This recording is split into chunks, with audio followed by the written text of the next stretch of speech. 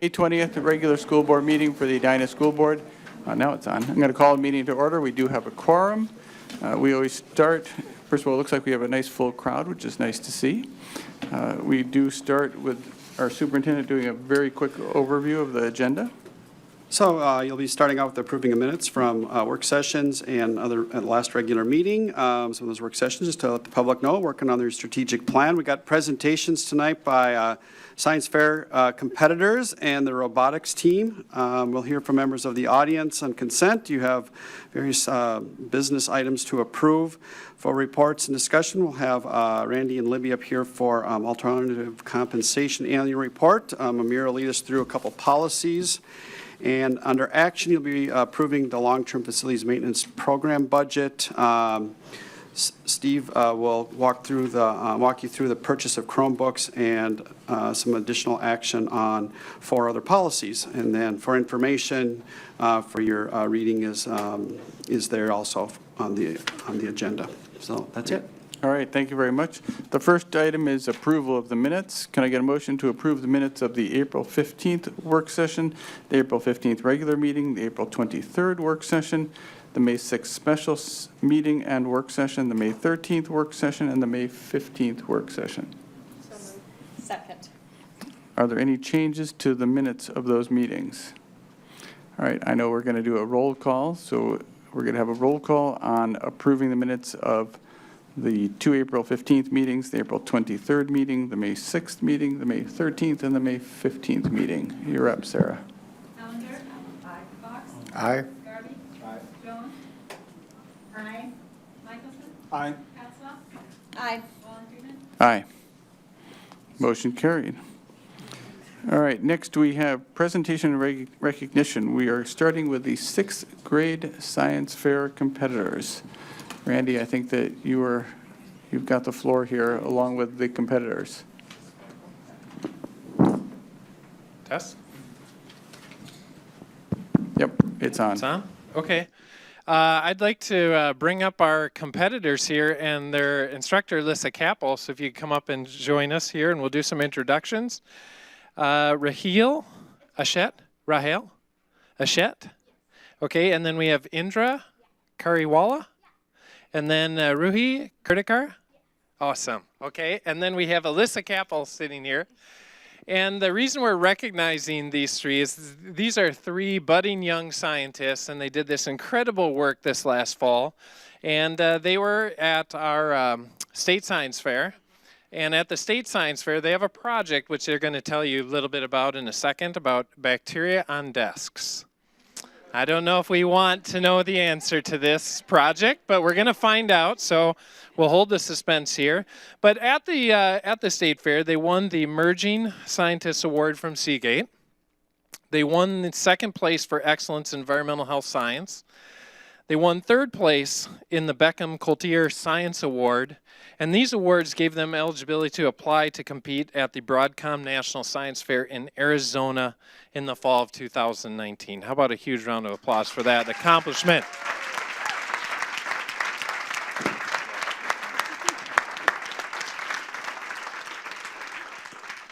Now we have Alyssa Capel here, their advisor. So I'm going to start with a few questions for Alyssa before I get to the 3 of you. So Alyssa, how did middle school science fair come to be this year?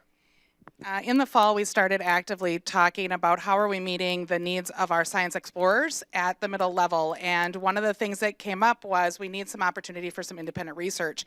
So between Randy and then also working with Southview with Erica Gardner, we decided that we would just start offering these sessions where kids could just come talk about it and explore options and look at, oh, I want to do this experiment. And then from there, students would then develop it into a science fair project if they wanted to. They did not have to compete.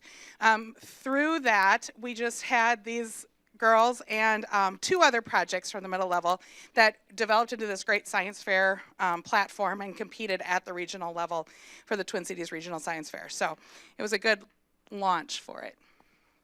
And how many students would you say participated in science research? They might not have went to the fair this year, but across the 2 middle schools, how many students are we talking this year? We had about 75 middle schoolers who just came to play.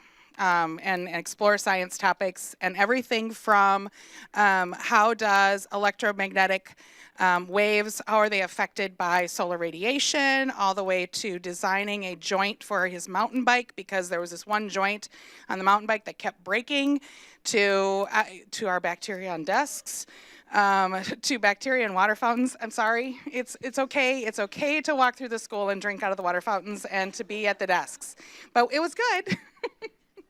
It's fantastic. This is our first year of doing that. We're going to continue to grow it. Now, Alyssa, how did you get interested in this topic? Why science fair for you? What's your background in this? I grew up a science nerd. It started at this age that I started a science project on dirt. I grew up in a farming community, so I wanted to understand why, how the chemicals that farmers were putting on fields were affecting the surrounding forests. That developed into a 6-year project that took me to my senior year, where I competed at internationals with identifying 2 different tree species that actually clean up the soil. Meaning they take out the stuff that shouldn't be there and return it to a normal state so that the rest of the environment can do that. So with that said, I go off to UMD to be a psychologist. And I got hooked up with a couple science teachers up there that, of course, I met on International Science Fair trip, because we went to the WAP in Philadelphia for International Science Fair. But at the same time, I also got interviewed by these Nobel laureates. And you guys, I'm sorry, but once you experience that, you want every child around you to have that opportunity. So it just developed into there. I did run state science fair for a while. Crazy. Decided to have kids instead. Yep. So I stopped doing that. But since then, I've always been on the board and kind of helping out with science fair. So it's nice to be back on board with these kiddos at that level. Thank you, Alyssa. We're so excited for your enthusiasm around this, and I have it as well, and we're excited to continue to grow it. All right. No more suspense. How clean are those desks? How clean are the desks? Well, they were not that dirty. So it was not like an unhealthy level of bacteria. So that was good. Oh, was there bacteria? There was bacteria, and yeah, it was kind of gross, but we saw a lot of different types of bacteria. We didn't like categorize them, but we decided definitely if we wanted to do it again, we'd want to do that, because we were interested to see was some of that good bacteria that we needed in our lives and that was good for us, or was some of it bad that could have made us sick. And we did use sheep's blood agar, which does grow more Bacteria. that's more hazardous, potentially. Yes. Very good. So through this whole time during this year, what was the greatest learning for you doing this research, doing this project for each of you? What was your walkaway, your biggest learning moment? I think I really learned like what I could really do with science. That was it kind of opened a door for me. And I also had a really fun time. We learned to like work together as a team. We learned how to just do lots of how to not have bias. That's one of our big goals. Like sometimes we're like, oh, this classroom's gonna be really dirty because these kids do this in that classroom. So we all had to we went like into separate rooms and we counted the bacteria separately, and we did find that we had some discordance because we did have some bias. So it was good that we did that. I feel like the most important thing I learned is how to swab desks. It was really helpful, and who knows, I might become an infectious disease doctor when I grow up. The most important thing that I learned was, like Indra said, how to prevent bias. So we did that by counting all the bacteria separately. And then if we didn't agree on how much bacteria was in a Petri dish, we'd all come together and count it together. And that helped a lot in preventing bias. Very clever plans there. So taking all this in, what is this saying for your future? What are your thoughts about what you do next, either in school or maybe even beyond that?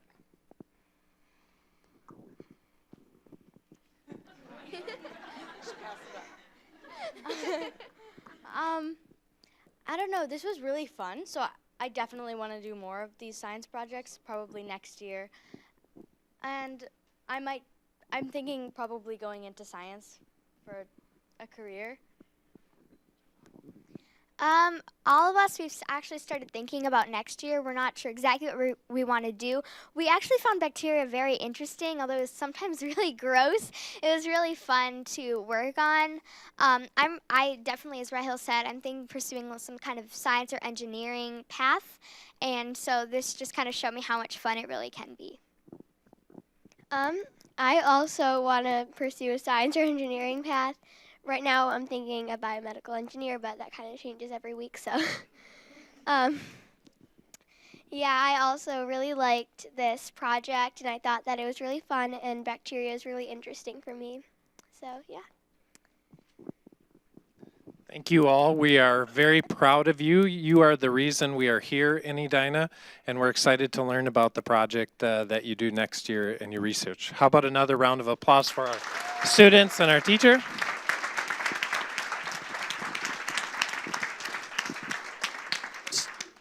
So if you don't know this already, Randy and I are both science teachers. So I'd like to ask the robotics team to come up. We're going to be hijacking the rest of this meeting around how we've done some bacteria. Now we're going to do some physics. So if I can have the robotics team come up. And do we have the robot here?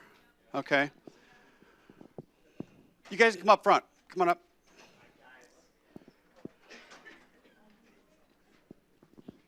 So just to give some background, on Saturday I had the opportunity to go to Mariucci Arena and watch 1816 do its thing.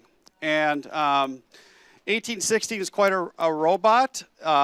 It was able to, I'm not gonna explain what this thing can do, but it can pick up a ball and put it into a bin with a circle. And I'm thinking that we could maybe put maybe we could put the board chair in that and then launch the board chair. Is that possible? Does that work? Okay. So these, I'm going to turn this over to somebody who knows a lot more about this than I do because they've been working on it. But one of the things that was really telling as an educator was the aha that I had was that every one of these individuals that are on this team had a critical role to play in the success of that robot. And without one of them, that robot wouldn't work. Making the decisions on the competition, making the decisions on what needs to be fixed, making decisions on the specifications of the robot, it just goes on and on and on. And it was really quite an experience watching robots trying to put balls into bins and discs onto holes. Did I say that right? So who am I turning this over to? Nate. All right. There it is. And make sure you explain how the robot got to be 9181. Okay? Yeah. All right. So a little bit about our robot. Every year we're given a new challenge. So in very early January, we come together and are given a game. So the game is provided through a video. It's a nice animation. And then we get about a 50-page rule book that every single person you see here, plus the 20 other kids not here, has to read front to back. It's a very tough task to get them to do, but it allows us to really come together as a team and make the decisions on what we want our robot to do and how we want to approach the challenge. So the challenge this year focused on placing cargo, which are the balls, and then hatch panels, which are the weird disc-like things on the front of the robot. And so we decided to make a simple but robust design that allowed us to really capitalize on our ability to produce effective machines while also maintaining our ability to operate effectively under duress. The joke about 9181 is see that, you can run the climber up, just don't hit stuff. See that really big climber that we just actuated? That comes up and extends out and is able to grab onto a box. And our robot, in under 4 seconds, is able to flip itself from the ground to the wheel seeing the sky. And so the joke is we become 9181 because our bumpers are flipped. So our numbers become up inverted. I'm just going to give a quick season recap. So at our first regional, we do regional events as a team. Our first regional, we competed well on the robot and ended in tournament quarterfinals. We were eliminated at that point, but it was a good run for us to get the workings running on the robot and understand how we worked. But we were recognized at the regional level for our culture change work through the Chairman's Award, which is what those nice ladies and gentlemen are wearing their fun suits for. Following that, we competed in Minneapolis at the North Star Regional, which we took home the entire event alongside a team from Washburn High School and then Minnetonka. And so that was a really cool collaboration for us. It's the first time Our 14-year history, we've led an alliance to a victory, and the first time in 13 years we've won. So that also qualified us a second time for championships. And at championships, we made it to field finals, which is a really fancy way of saying we got knocked out right before the fun matches began. So we got very far, farther than we've ever been in team history. So it was a really good year. But I think the highlight crowning achievement, which was the big trophy they made me carry in, was we were recognized nationally for our culture change work. That's through the Chairman's Award, which is the most prestigious award in FIRST. It highlights and exemplifies teams that really embody FIRST mission and core values to enable and excite students through the inspiration and recognition of science and technology. And so we did that through a multitude of work that I think they're going to tell you a little bit about. And that puts us on league with about only 30 other teams in the country in a program that's operating currently with 3,000 registered teams. My numbers are getting a little jumbled. And so really that elevates not only Edina, but Minnesota across the board as a leader in STEM and STEM education. And it's really excited that we were the ones to be able to take that lead.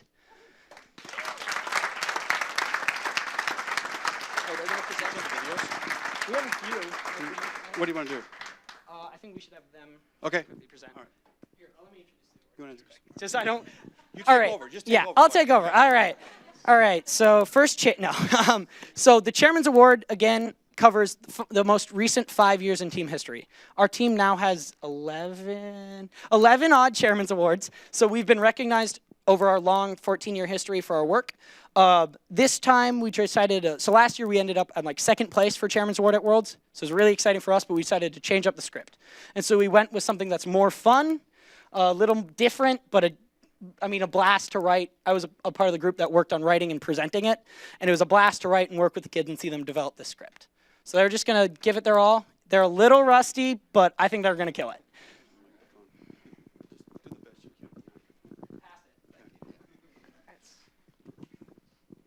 Hi, we're super excited to tell you about our latest journey through the first jungle to find the fountain of culture change.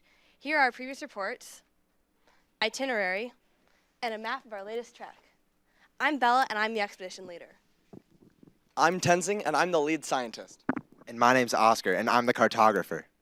The mission of 1816 Explorers is to build bold, confident leaders who transform culture, promote, value, and celebrate STEM. We do this by building leaders and problem solvers, guaranteeing FIRST thrives through our FIRST sustainability system and through our STEM for All initiative. To recap our latest journey, we began with climbing Inspiration Mountain. To conquer it, we apply critical thinking and problem-solving skills developed on previous journeys. At our alumni-led team retreat, That's where I learned to be a part of our expedition, by discovering our expedition's culture and history. I also adopted our core values of respect, trust, inclusivity, commitment, and joy of life. I remember making those values like it was last year. It was last year. That's right. We developed them to allow our expedition to better execute our mission and ensure our long-term sustainability. As a student-led expedition, we develop our leadership skills by organizing outreach events, building relationships with sponsors, and educating the community about STEM. After reaching the top of Inspiration Mountain, we stopped to hear a transmission from former team captain Rachel to learn how she used the skills she gained with Expedition 1816. Wanted to check in and give some encouragement. Expedition 1816 prepared me to intern with our founding sponsor, Medtronic. Now I use my STEM skills as a medical device engineer. Good luck, 1816. It's truly inspiring to hear how valuable our expeditions are. Let's keep moving through our journey. Next, we stopped to check our map to locate the Tree of Sustainability. Once at the tree, we were able to see how it provides shelter, nutrients, and an anchor for all forms of flora and fauna. Similar to how our expedition works with all levels of FIRST. That's our first sustainability system in action. Exactly. We support and engage FIRST programs within our community, across Minnesota, and throughout the country. Our longtime sponsors, Dow and Medtronic, are the roots for our quest for culture change. Their support allows us to work with and grow expeditions all over Minnesota. We leveraged relationships with expedition sponsor Seagate to fund an inner-city practice field and robotics hub that was used by more than 20 FIRST Robotics and Tech Challenge teams. Our mentors and alumni are critical to sustainability. We train 1816 alumni in our mentor development program, and a third of our mentors are alumni. FIRST participation in Edina now averages 260 explorers a year. We invest over 2,000 hours annually in mentoring all 11 Edina FIRST Tech Challenge teams, including 2 all-girls teams and 5 high school teams. This Explorer pipeline ensures that every incoming student has prior FIRST experience before joining our expedition. Our long-term partnership with Edina Public Schools and our Somali liaison has resulted in FTC Team 13226, the first all-Somali team in Edina. We convinced the Minnesota State High School League to sponsor an official varsity state championship, now 8 years running. Our resources have also assisted teams in Texas, Connecticut, and New Jersey to establish their own official varsity state championships. Now robotics is on par with other varsity sports like football and hockey. We were also the first Minnesota high school to award varsity letters to Robotics Explorers, and new this year, varsity letters to high school FTC teams. All Minnesota First Expeditions require extensive networking to ensure a successful journey. Our boot camps bring Minnesota and North Dakota expeditions to the annual Swamp Fest retreat, a collaboration with 5172 Gators. Gators? The team, not the animal. We brought our core values process to 13 other teams with our core values workshops, teaching them how to define their shared values and dig into what binds them together. We also know that the best way to support as many expeditions as possible is to branch out through advocacy on the local, state, and national levels. Our advocacy starts locally with the annual State of STEM report to our city council. On the state level, we founded the Minnesota Advocacy Conference in 2016, and now it's become the annual STEM Advocacy Day at the state capitol. Every year, we teach over 100 explorers from 14 different expeditions how to approach elected officials with specific STEM asks. Based on our resources in STEM Advocacy Day, expeditions in New York and North Carolina are even organizing their own state advocacy conferences. We are founding members and organizers of the first National Advocacy Conference in Washington, D.C. Our work in D.C. since 2013 has inspired 2 Minnesota senators to recognize the value of STEM engagement programs like FIRST. Our Minnesota senators added language to both the Every Student Succeeds Act and the Perkins Vocational and Technical Education Act prior to the work 1816 has done. Both of these bills were signed into law and now impact every student in the nation. In all, we've worked on 5 state-level bills in the past 3 years, impacting 860,000 public school students. This year, we partnered with our state senator to write and introduce 3 new bipartisan bills that will impact FIRST programs in Minnesota. The first bill funds the Next Generation Technology Development Commission. The second bill provides $1 million in funding available to all robotics programs in Minnesota. And the third allocates $100,000 for 5 practice fields around the state. In fact, I testified on the practice field bill, which was included in an omnibus bill. Nice. Back to our story, we continued on our journey to find the fountain of culture change. On our travels, we saw that biodiversity makes the first jungle thrive. That's why we started our STEM for All initiative. We work with overlooked groups to inspire them to embark on their own STEM journey. Recruiting more female explorers is essential to our STEM for All initiative. We bring hands-on demos to the annual Girls, Science, and Technology event and the SWE National Conference. This year, 3 all-girls expeditions joined us to encourage participants to connect and engage with FIRST programs in their hometowns. I can't even remember how many visitors we met. It was over 24,000. To engage homeless youth, a difficult group to reach with STEM, we develop and host FIRST programs at 2 urban transitional housing facilities. This year, our explorers created a mission to the moon with our modified LEGO curriculum. I remember how excited those students were every day to continue their moon mission. Me too. We even brought their moon rover to the SWE National Conference. In all, we've inspired over 100 young explorers. Twin Cities Public Television's hands-on science show featured FIRST Robotics. We helped write the script for this episode, which featured the Green Machine and 4 other expeditions. Since airing on TV, it has been viewed over 50,000 times online, making it the most popular episode of the series. After scaling Inspiration Mountain, exploring the tree of sustainability, and discovering that biodiversity makes the first jungle thrive, we've reached the fountain of culture change. But even though we found the fountain, our work isn't done. This new map marks an even greater opportunity to change culture. But to do it, we'll need our mission to guide us. Remember, we build bold, confident leaders who transform culture to promote, value, and celebrate STEM. By building leaders and problem solvers? Through our FIRST sustainability system. And through our STEM for All initiative. Culture change is inevitable.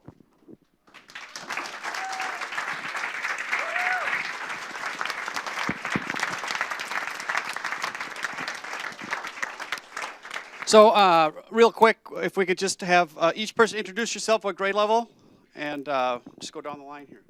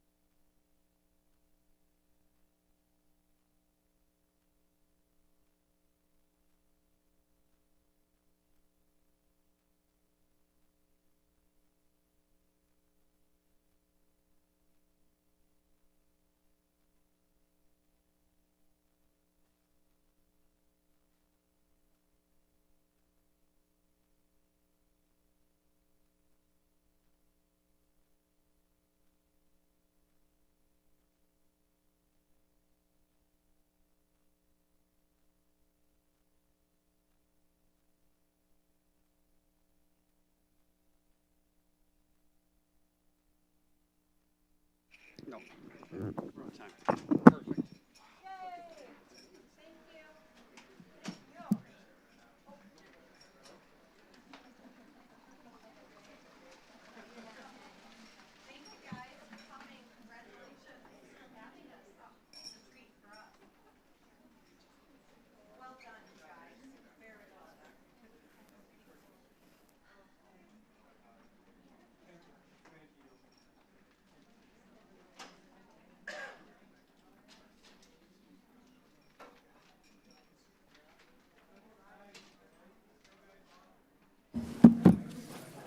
All right, well, that's pretty amazing stuff there.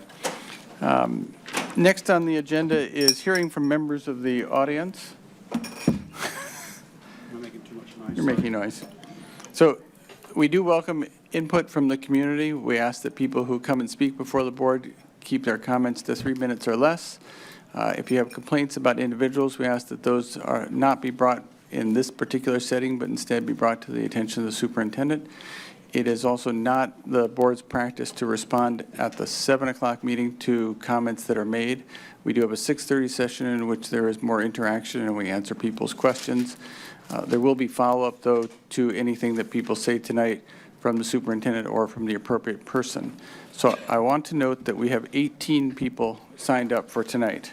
And so to the extent that I have had some leeway in the past to allow people to run past 3 minutes, I'm not likely to give leeway as much tonight so that we can have the opportunity to hear everybody speak. Oh, the other thing is that to the extent that someone has said whatever you were planning on saying, if you could provide sort of perhaps a shorter statement or an agreement with a prior person, that might be helpful. So with that, our first person is Rolf, and no last name. Topic is personal experience with middle school in Edina. All right, we're now down to 17. Amy Olson. Thank you. Welcome. Thank you.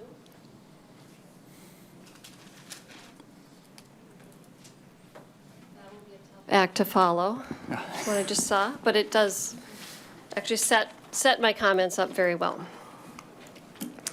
My name is Amy Olson, and I have a 7th grader at Southview Middle School who participates in gifted and talented and enriched programming. After watching the recording of the Edina School Board meeting of April 15th, 2019, I want to comment on the testimony made by another parent regarding curriculum delivery and academic challenge at Southview Middle School. In short, many of the statements made on April 15th are false. Here are a few examples. The first incorrect statement: all students get the same content, whether the content is appropriate for the student's learning level or not. Using 7th grade language arts as an example, the reality is that required texts differ among the regular and enriched classes. Enriched language arts has an additional summer reading assignment, and within the enriched classes themselves, choice books vary greatly, giving individual students the opportunity to read and learn at their own level. Also, Southview offers multiple differentiated classes across science, social studies, and math. You can find the specifics on these and some additions for the 2019-2020 school year on the district website by simply Googling Edina Gifted Education. It shows up first on when you Google it, so whoever did the meta tags, nice job. Incorrect statement number 2. By limiting high achievers to grade standard material, their growth is being suppressed. Edina is a top school district. Personally, my son is very challenged in his geometry, enriched language arts, enriched social studies, and science classes. He scores in the top percentile of standardized tests. He does not automatically get A's and works very hard. We recently had him take the early ACT through the Northwestern University Talent Development Program, because we are those parents, and he achieved a score higher than 70% of other students taking the test nationally. That was without prep. We attribute this to an excellent and rigorous education he had at both Cornelia Elementary and now at Southview Middle School. I want to also note that the MAP growth data presented to you at the Edina School Board work session prior to this same April 15th meeting that I'm speaking of shows that the highest achievers in Edina are growing at the fastest rate across the district. I also fact-checked the statement made during that meeting, high-performing kids get a hall pass to work independently. In our almost 2 years at Southview, I had never heard of this. So I asked my son if he has ever received a pass and left the room to work independently. His answer was no. He's 13, so I didn't take his word for it. I checked in with Southview administration. What I learned that this is not a general practice at Southview, if it is even done at all. And administration was equally confounded by this. I won't continue to fact check the entire presentation. It would take me too long. But I think you get my point. I want to add that a group of Southview parents led a grassroots campaign to send a letter of support for Southview, its programs, curriculum delivery, and administration and staff.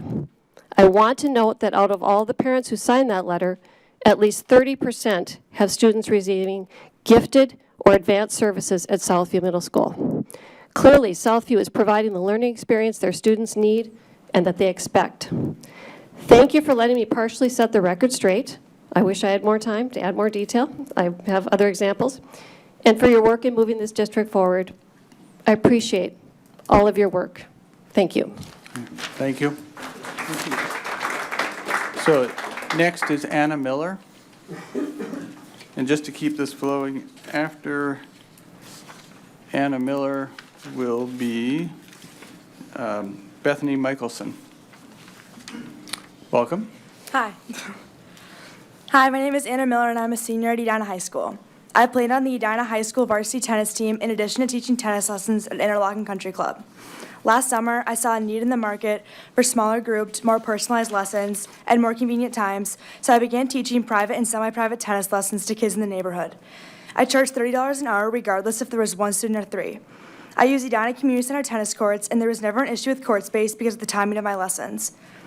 I received very positive feedback at the end of the summer, so I plan to teach again this summer. I even had adults book lessons with me just to have someone hit with or get some exercise. This spring, after posting my information at different social media groups, I was contacted by Edina Public Schools and was informed that if I wanted to use the tennis courts, I would need to purchase liability insurance and pay the $50 per hour court fee. I understand the need for insurance, and I'm willing to pay the $300 a year, but when I found out that the court fee would be $50, I knew I wouldn't be able to continue teaching tennis because the fee alone is way more than I've ever charged for my small lessons. I was discouraged since I worked very hard last summer to build this business, and many families were already looking forward to continuing their lessons. I'm asking if you'd be willing to waive the $50 per hour court fee so my small business can continue. I feel as though the $50 per hour court fee is prohibitive of young people starting businesses. The policy is understandable for some, however, I am requesting an appeal of this fee as an exception. These areas in our cities often go unused and have the potential to serve as business incubators for entrepreneurs in the city, and this excessive fee is serving as red tape in the entrepreneur's journey. I have a high interest in entrepreneurship, and I even received a full tuition scholarship to the University of St. Thomas for my entrepreneurship potential. The way my business is set up, my students' parents and I have an understanding that in the rare occurrence that all the public courts are being used by other people, we would find an alternative or cancel a lesson, which never happened last summer. I'm not asking to reserve the courts, as there are 7 courts, and only a handful of times have there been 1 to 2 other people in any of the other 7 courts, and I only need 1 for my lessons. If granted, I would view this as a waiver of the fee, and if it got excessive, it would be a different story and would need to be reevaluated. So I'm here to ask you if you could be so kind as to waive the $50 per hour court fee so I can teach tennis lessons this summer. Thank you. Thank you.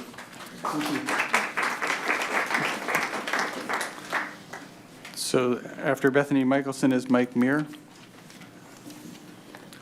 Welcome. Thanks. Hi, my name is Bethany Michelson. I'm an intervention teacher and I do reading and math.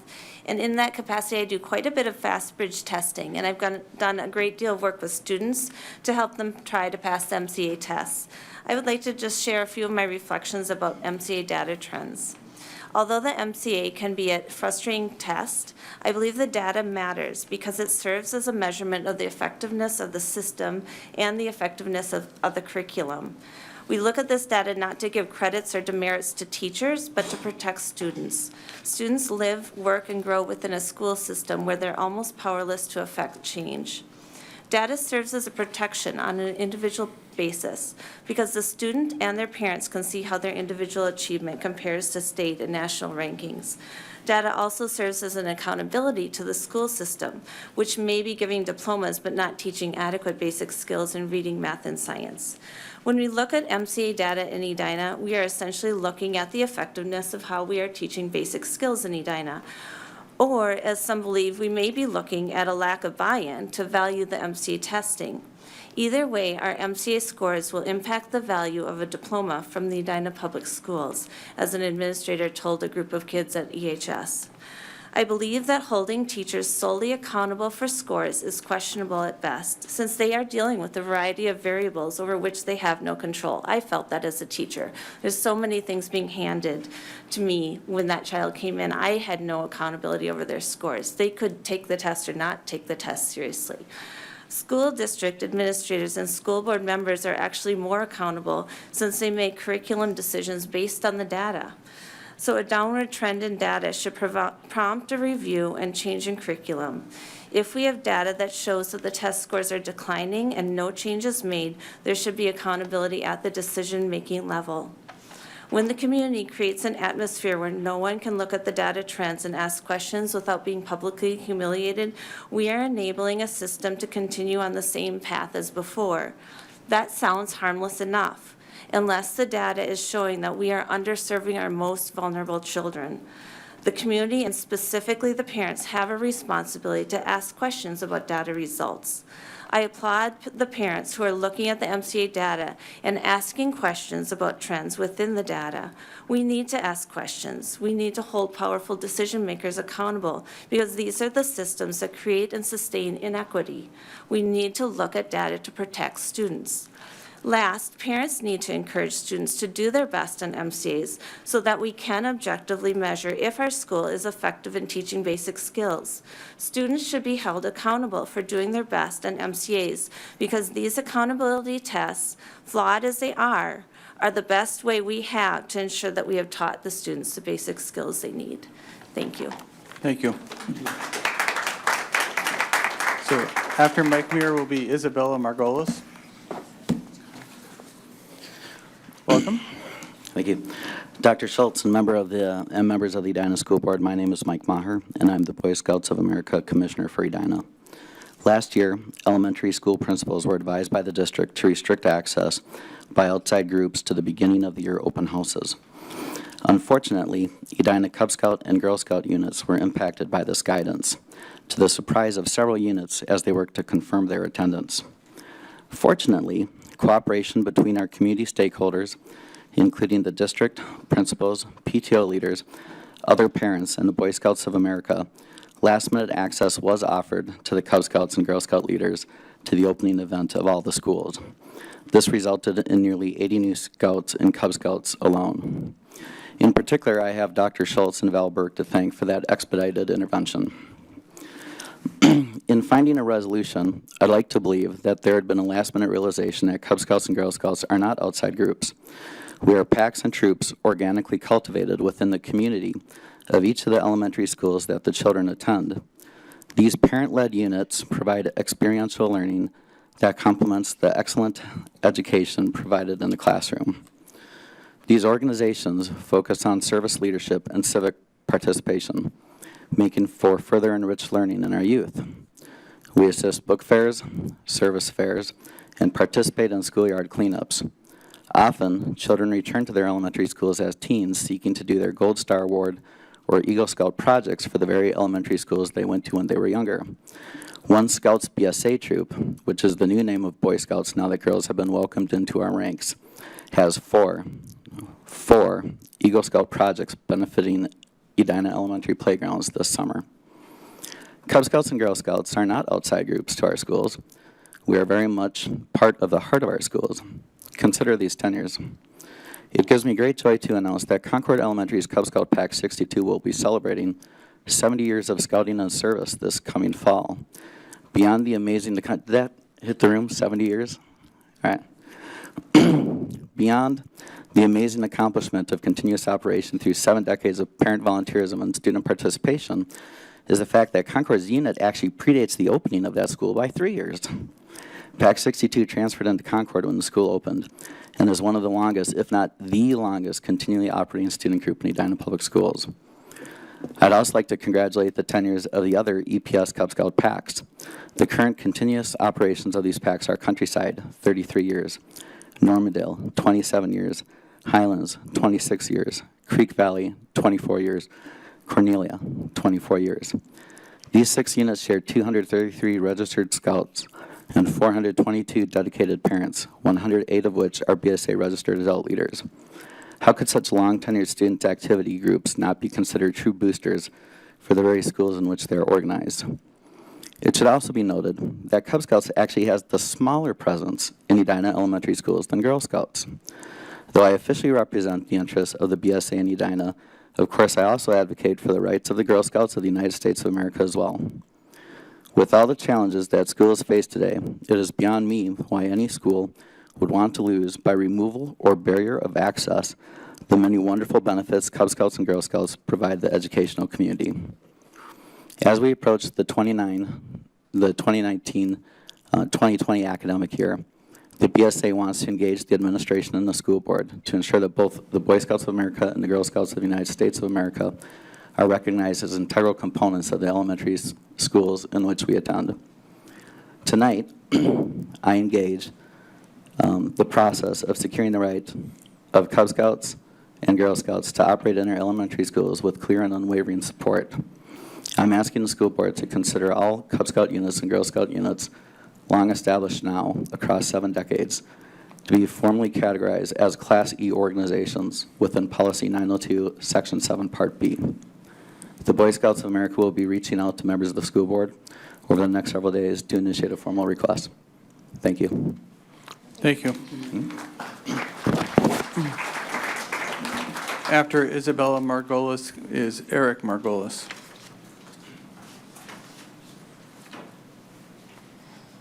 Welcome. Hi. Hold on, I got it. I'm a little short. Okay. Hi, my name is Isabella Margolis, and I'm currently a junior at Edina High School. I haven't always been a Hornet, though. Before coming to EHS my sophomore year, I was a student at Hopkins High School, where I was an honor student with a 3.85 GPA. And while I enjoyed my time at Hopkins, a month into my sophomore year, I was sexually assaulted by another student. Because I no longer felt safe at Hopkins, I had to transfer.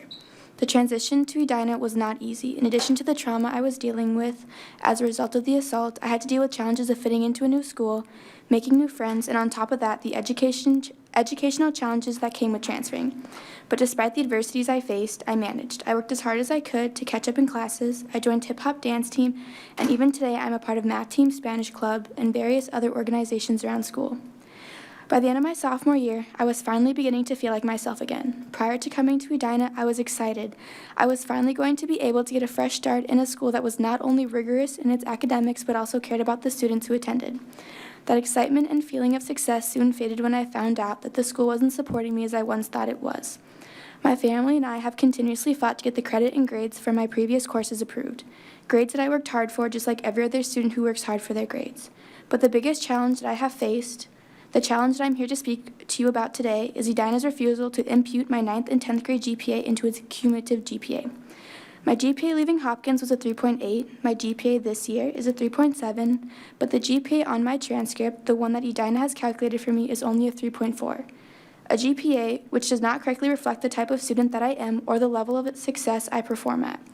This recently has denied me the opportunity to further my education and increase my level of academic performance when I applied to the University of Minnesota PSEO program. My application was initially rejected because the cumulative GPA as calculated by Edina didn't meet the program's minimum GPA requirement of 3.6. Fortunately, I was able to make a case to the U to recalculate my cumulative GPA to include my Hopkins one, and they have now approved my application for consideration. The same issue also negatively impacted me when applying to summer film programs at various universities. Every single program I applied to denied me except one, LMU Summer Film College Program, a top film school with one of the most prestigious film programs. This was only made possible because I flew out to California and had the opportunity to speak with the director of summer programs and gave my case yet again. Education and film are my passions, and hearing that you have been denied and considered an inadequate student for the programs you're applying for because the high school that is supposed to support you refuses to fix the issue is emotionally and academically damaging. When I apply to colleges, which is right around the corner, how many am I going to have to call and beg for them to flag my application just so they can look at both my transcripts and recalculate my GPA to be reflective of my academic success? As an Edina student who will soon be an Edina graduate, all I'm here to ask of you is to change or correct the misapplication of a policy that is not only hurting hardworking students like myself, but is also hurting the school as a whole because their transfer students will not be able to represent Edina High School at their highest level possible. I am an Edina Hornet. I am a representation of the quality of student that Edina produces, and I'm asking to be given credit for the work that I have put in and for others to have the same. Thank you. Thank you.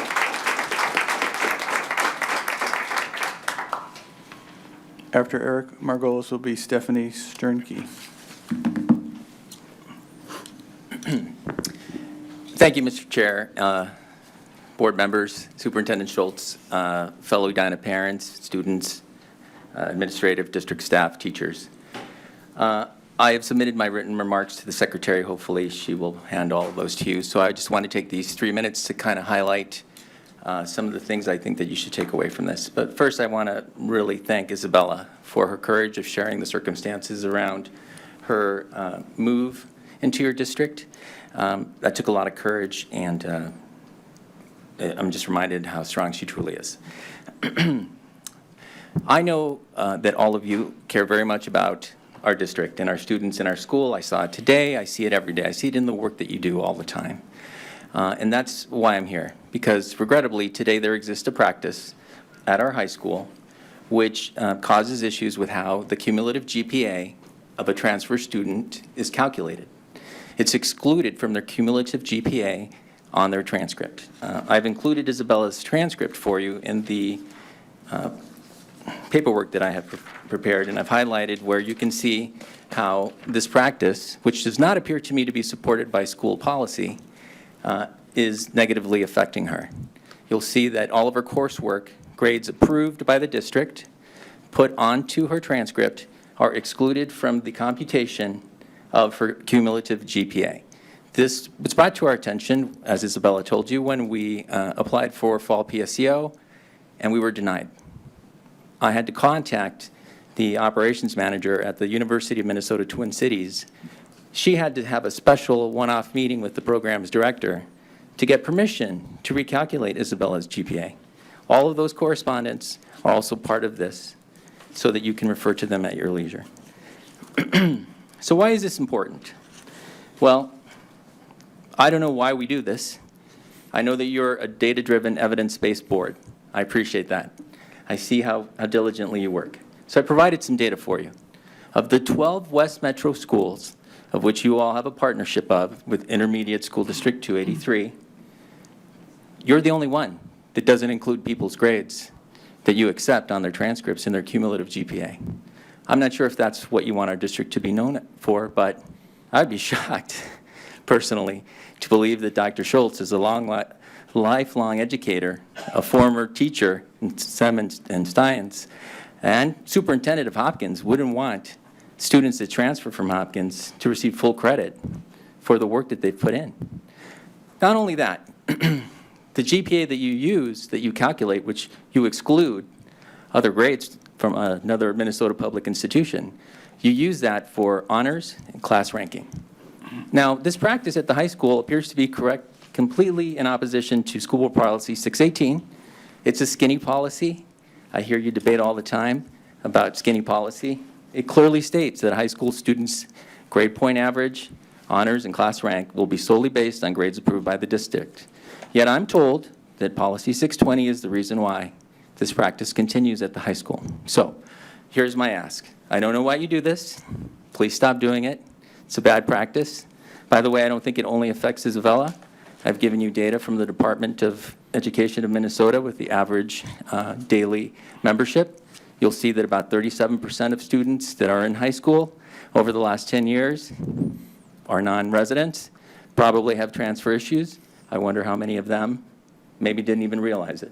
I get it. We have the time, the energy, the means to track this issue, to come here and talk to all of you, and I want to make sure that you know, with any school issue, I started with the counselors, I went to the principal.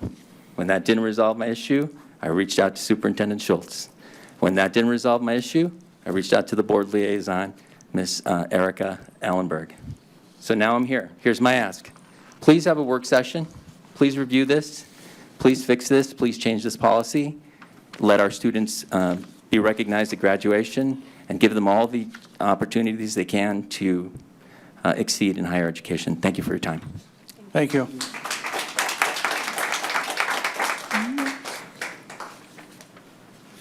You're up.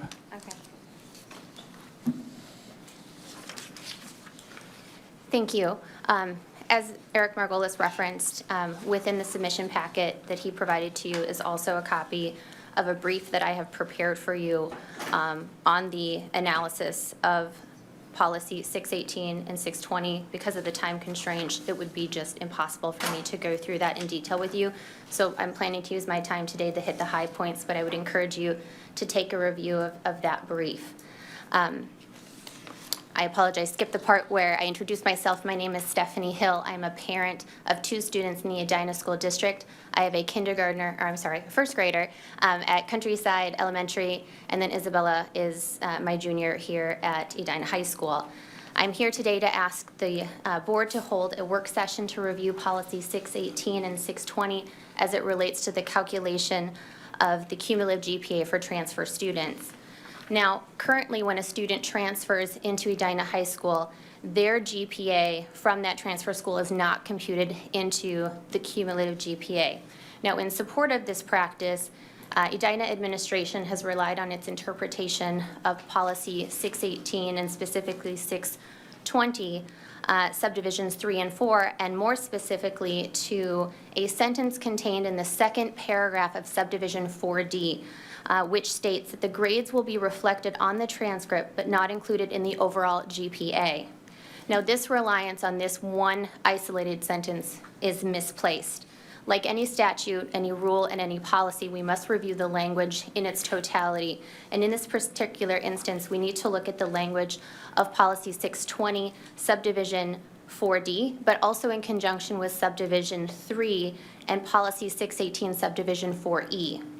Now, subdivision 4D is made up of 2 paragraphs. In the first paragraph, we talk about the requirement for students to obtain pre-approval for to-be completed coursework outside the district. And then it goes on to make specific reference to college-based coursework that does not receive college credit, and then summer school programming. The language to paragraph 1 of subdivision D is completely silent on its application to transfer students. Paragraph 2 of subdivision 4D limits the number of credits to 8, which will be for pre-approved coursework that is referred to in paragraph 1 to 8 credits, which will be applied towards that 43 graduation credit requirement. This credit limitation should make clear that subdivision 4D is not applicable to the calculation of the GPA for transfer students, and here's why. In compliance with policy 620 subdivision 3, Edina does not limit the number of transfer credits to be applied towards the graduation requirement, because if we impose that limitation practically, we would prevent students who transferred into Edina after 9th grade from being able to meet that 43 credit graduation requirement. As such, no one could reasonably conclude that subdivision 4D applies to transfer students in the calculation of their GPA. Finally, the language of policy 618 subdivision 4E is persuasive. This policy states that a student's high school grade point average will be based solely on grades approved by the district. Because Edina already approves those grades pursuant to 620 subdivision 3, their failure to base their students' GPA on those grades that they have approved is in direct confliction with policy 618. So why does this matter? This misapplication of policy acts to disenfranchise a portion of the Edina student body by forcing a GPA on transfer students that is not reflective of the coursework that they have done in grades 9 through 12. So I'm asking you, the board, to approve a work session on this issue and to end its practice of denying students the benefit of the GPA that is reflective of all coursework that they have completed in grades 9 through 12. Thank you. Thank you. All right. So the next 10 speakers, I think, are all on Cornelia. I don't know. We're going to start with Kathy Labs and go after Kathy to Chandra Kavadi.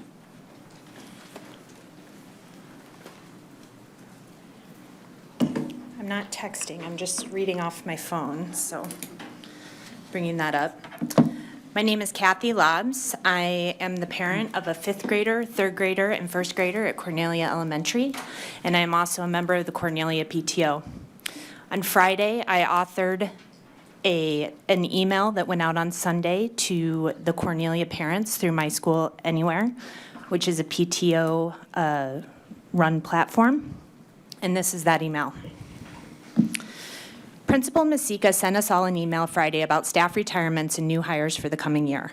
What you may not have noticed is that we are losing 2 4th grade teachers, but they are hiring only 1. Miss Lee is replacing Mealy on the grade 1 team. As it stands now, the expected class size for the 4th grade next year will be 29, 29, and 30. The PTO was informed that a 4th class will not be added until all 3 classes reach 32 students. We believe that this decision may be due in part to our transient or mobile population. There is a significant turnover, which we believe is due to the rental properties in our boundaries, which often equates to shorter-term residencies. We have been told that due to this, we can expect that there could be large fluctuations in class size over the summer and that this could work itself out. Possibly, but we aren't willing to take that risk on the education of our children. This presents another topic of discussion regarding the effects of the transient or mobile students on the learning environment. Changeover in the classroom can be both disruptive and create additional onboard and offboard work. Changeover in the classroom can be both disruptive and create additional work on the teachers and staff to onboard and offboard those students. We are unaware of any additional support given to Cornelia staff to accommodate the added workload, and if anything, our mobile population supports an argument for smaller class sizes. According to the 2017-18 district annual report, which is located on the website, it indicates on the front page the student-to-teacher ratio in the district is 18:1. Based on the class size guidelines presented in the April 2018 school board meeting, the desired instructional class size range is 24 to 27. I acknowledge I got that wrong when I sent the email out, and I put the 3rd grade range as 23 to 26. Masika sent out an email today correcting that. At 29 students per class, paraprofessional support is granted at 1 hour per student over 29. Based on the Edina Public Schools posted job description for a paraprofessional, a para provides support in the classroom but is not a licensed teaching professional and does not provide instruction. We have been told that the decision to add a 4th grade class sits with the district office. We encourage you to reach out and share your concerns to the following individuals: Mary Manderfeld, Gwen Jackson, and Superintendent John Schultz. And then we invited them to participate in this meeting tonight and asked them to email the school board if they could not attend, so I'm sure you received plenty of emails today. The school board has identified in their 2018-19 goals that they will be focused on ways to reduce the achievement gap. We believe the class size issue at Cornelia is in direct contradiction with this goal given the makeup of our student population and the effect of larger class sizes on individualized learning. Furthermore, it limits our teachers' abilities to bring our students along, creating stress in the classroom. They care deeply about our children's education, and we aren't providing them with the situational tools to do their job successfully. What I ask of you is transparency. I would like to know that we will continue to know what the enrollment for our school looks like next year so that we can stay informed and make informed decisions about our children's education and decisions about that. I think it would be also, I I think it's important for us to understand the turnover rates at each of the schools. I did ask for that information about Cornelia and told that it was not available. And I would like us to further investigate the impact that those transitions in the classroom have on the learning environment and make sure that we quantify them and that we provide the appropriate resources and support. Thank you. Thank you.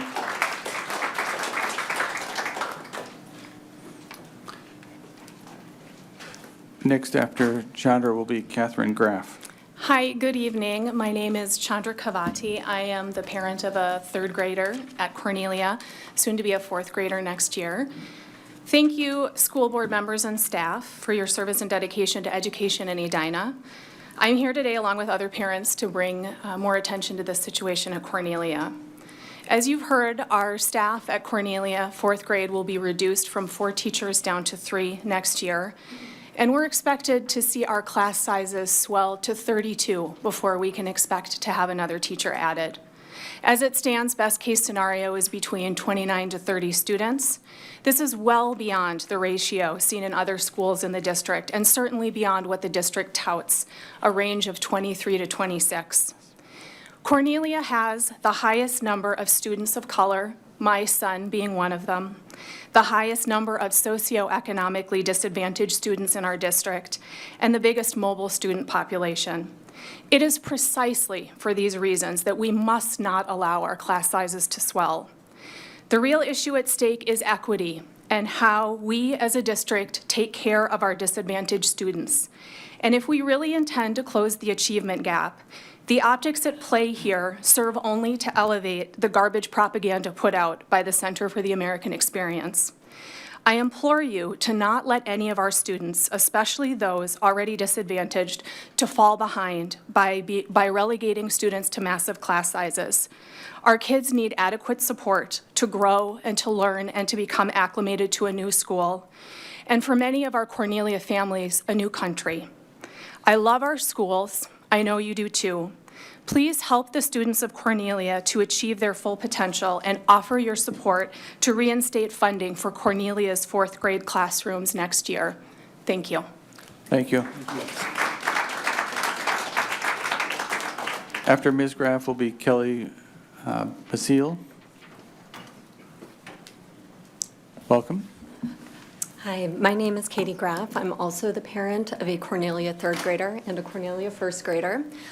I think context is important here. First, I'll ask for a show of hands or for people to stand up and show who's here from Cornelia concerned about this staffing decision. I think that's a 25, 50% of the room. It shows how important it is to our school. I won't go into the numbers. You've seen the numbers. Our class sizes are expected to be 29, 30. My son's current class has 19, maybe 20 students. They just added a new one. That would be an increase of a third. That's a lot for any school or any student to take in. It's a lot for any teacher to take in. And all of that will be felt by the students. Our kids have had these class sizes in first grade. 2 years ago, there were 3 teachers. There were significantly larger class sizes, as is expected, and it was hard on the kids. Their disparate needs were not being met, or our teachers were trying to meet them, but it was hard. They had paraprofessional support, but that's not the same as a teacher, and it was hard on the teachers. They were struggling to meet all the needs of all the students and did as best they could. The last thing that I wanted to touch on is, again, there's little transparency with respect to this decision. I learned about it Friday and then Sunday, as Kathy explained in her email. There are 4 teachers in the 4th grade this year, in the 2018-2019 school year. 2 retired. We expected, all of us, for 2 more to be hired. I fully expect, although I don't know this for sure, that for the 2021, the year after my son's year, school year 2020 to 2021, that there will also be 4 teachers. The numbers don't support 3 teachers. So it is really this class that is being harmed by this decision. It's a salary savings, and as far as I can tell, of 1 year's salary. And so I would like to know why that decision is being made and where are those funds going? If there is a need for those funds elsewhere, I think we parents deserve to know that. So 2 asks, I guess, transparency and ultimately for reconsideration of the decision. We need 4 teachers. Thank you. Thank you.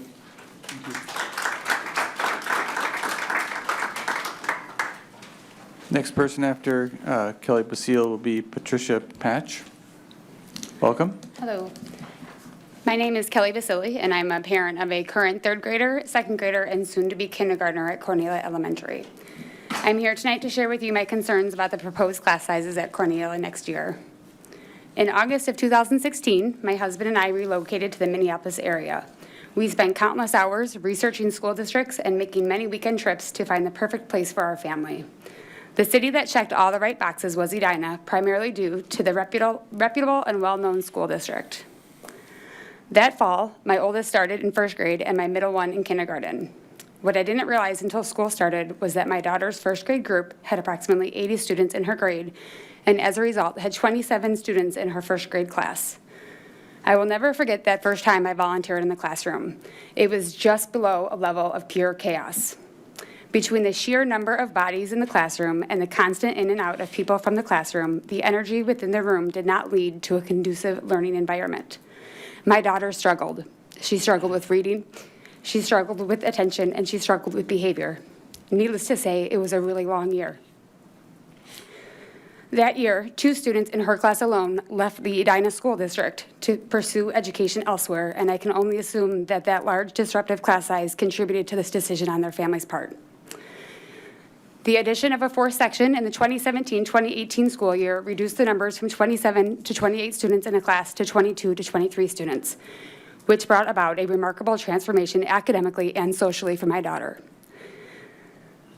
The transformation of my daughter over the past 2 years has been remarkable, and I believe it is in large part due to her reasonable class size of 22 students.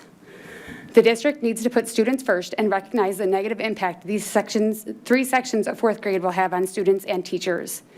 More students means more demands on the teacher, and I fear that my daughter will be one of the kids who will get lost in the system. She, like every student in Edina, needs a classroom setting where the teacher can focus on the needs of all students, not one where a teacher is maxed out because of a high student-to-teacher ratio. Class sizes for next year are projected to be 29, 29, and 30 students per 4th grade classroom. In April of 2018, Mary Menderfield, the District Director of Equity and Enrollment, presented to the public elementary instructional size guidelines. In her presentation, she stated the ideal classroom size for students in 4th grade should be within the range of 24 to 27 students per classroom, a clear contrast to the projections that will put Cornelia 2 to 3 students over this range in the fall.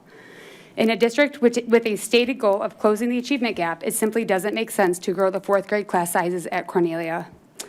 At this time, parents are left to ponder the reasoning behind the shift in the district's goals and stance on class size. Clearly, keeping 4 sections of 4th grade will make a profound statement to parents and staff that Cornelia's goal is to give each and every student the best learning environment possible. Thank you. Thank you. After Patricia Patch will be Nicole Coranda. Welcome. Thank you. Good evening, everyone. My name is Patricia Pache, and I am the parent of a 3rd grader who will be in 4th grade at Cornelia next school year, 2019-2020. I'm here with other parents, as you realize, who are extremely concerned about the expected size of the 4th grade class for next school year. It seems that the district is willing to take a chance to allow the class size to be between 24, 27 or more, instead of the average student-teacher ratio of 18 that applies to the whole district of Edina. We were also informed that for the 4th class to be added, that we will need to have all 3 classes reach 32 students. This decision would be setting up our children for failure. Why would you create a double standard for our school? After all, we are an integral part of the Edina School District. If you're willing to take that risk on our children's education, we are not. If one of the factors that triggered your decision was a transient population due to the rental property on our boundary, I would argue that this reason should be the determining fact for reducing the class size. Changeover in the classroom require that the teachers spend more time helping the student to catch up with the level of the class and the level of the district. If one of the district's goals is still to reduce achievement gap, then you should reduce the class size for the 4th grader at Cornelia for the next school year. And you should vote to add a 4th teacher who would be ready to start at the beginning of the school year and not wait. Cornelia has a higher number of children in the ESL program, which is English as a Second Language, and that's the higher number of children compared to all of the other elementary schools. ESL kids need a lower class size and more individual attention, not a huge class size. It is also true that our school has the highest ratio of children of color and children from immigrant families, my family being one. I would like to thank the Cornelia teachers, and especially Principal Masika. Excuse me.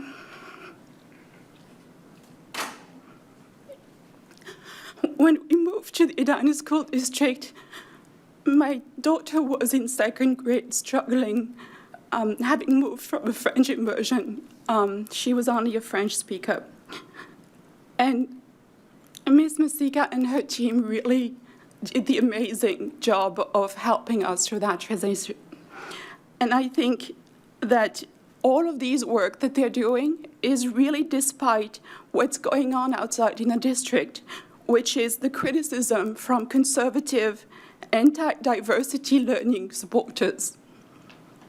And one of the parents mentioned that as well.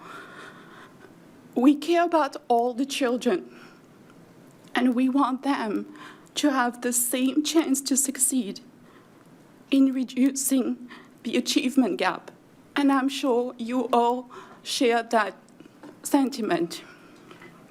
We thank you for all your work and all of the amazing opportunities you give our children, but we would like to make sure that you give them the same opportunities as other kids in the same district. We place our faith in you, and we're counting on you to do the right thing. Thank you for your time. Thank you.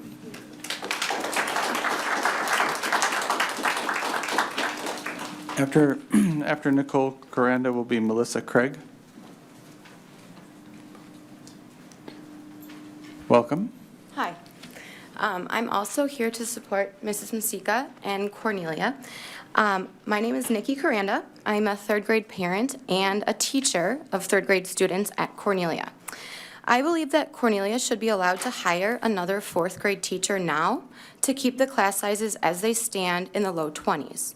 We do not want to wait to be given permission in August, as teacher quality has been consistently identified as the most important school-based factor in student achievement. The district initiative of personalized learning is at risk with increasing class size. First and foremost, student-teacher relationships are key to student success. With more students in the classroom, there is less personalized time between student and teacher. Also, more students hinders a teacher's ability to conference with individual students as regularly, which is a major component of our reading curriculum and Tier 1 reading instruction. The proposal to alleviate the 30-to-1 student-to-teacher ratio is to hire an instructional para. Paraprofessionals are not licensed teachers. They're only required to have 2 years of college and receive no training to help with academic needs of our students. They are not paid to meet with classroom teachers to properly communicate about student needs or reteach strategies, for example. Our student population can also have its challenges. 2 years ago, for example, the students on my roster changed by 16 names from the beginning to the end of the school year. Frequently, I was welcoming a new student and saying goodbye to another student. Cornelia does have a population of students with higher academic needs, something we love and embrace as teachers and families. We have many students who are learning English, students who qualify for Title I services, and students that have been identified with learning disabilities. I currently have students in my class ranging from the 8th percentile to the 99th percentile, and I'm doing my best to meet each of their needs day in and day out. With the lower class size I have this year, I feel the best I have in a while, knowing that I'm doing a great job. I wonder if these students' academic, social, and emotional successes would be so evident if I had an extra 10 kids on my roster. Maya Angelou said, "This is the value of the teacher who looks at a face and says, there's something behind that I want to reach that person. I want to influence that person. I want to encourage that person. I want to enrich. I want to call out that person who is behind that color, behind that language, behind that tradition, behind that culture. I believe you can do it. I know what you have done for me." I love my job, I love my community, and I love being a mother. On behalf of the elementary teachers, Edina residents, and third grade moms, thank you for considering to add a fourth grade section to the 2019-2020 school year. Thank you. After Melissa Craig will be Yonton. High Welcome. school. Hi. Ready? So thank you, school board members, for taking the time to listen to public comments. My name is Melissa Craig. I'm a parent of a second grader at Cornelia and twin kindergartners. So I'm not directly currently affected by the reduction of staffing at Cornelia. I'm here to speak on behalf and show support for those families, those currently enrolled at Cornelia and the ones that will transition in the coming months. I would like the board to know that I'm here in support of equity for Cornelia. I emailed you yesterday with some concerns about the elimination of the staff position in the fourth grade level, as well as the reduction of multilingual learner support in Cornelia. We will be going down from 2.5 to just 2 full-time staff for ESL ML support. I won't take the full time to reread my email, but I hope that you do take the time to read it and think about the questions I posed regarding the additional pressures, responsibilities, efforts necessary for the Cornelia staff to help those of the unique, diverse population that we have at Cornelia. I'm an accountant by profession, so I'm well aware of the fiscal responsibilities and needs of an organization. However, it's my belief that the reductions of staffing to Cornelia to meet an equal student-to-teacher ratio across the board is in contradiction to the equity efforts put forth by the school district. Today, I just want to re-emphasize to you the unique qualities of Cornelia. Please consider the diversity of our student population, whether that's the abilities, the language needs, the turnover of our students when making your budget decisions. I want you to encourage you to think about equity for this school and not just the equality. Thank you. Thank you. So after Yonton will be Dr. Dwayne Heitmiller. I think whatever they express about our school concern, it's already expressed. Okay. So I don't want to be my further edit. So whatever they express it, I'm fully support those things. Great. Thank you very much.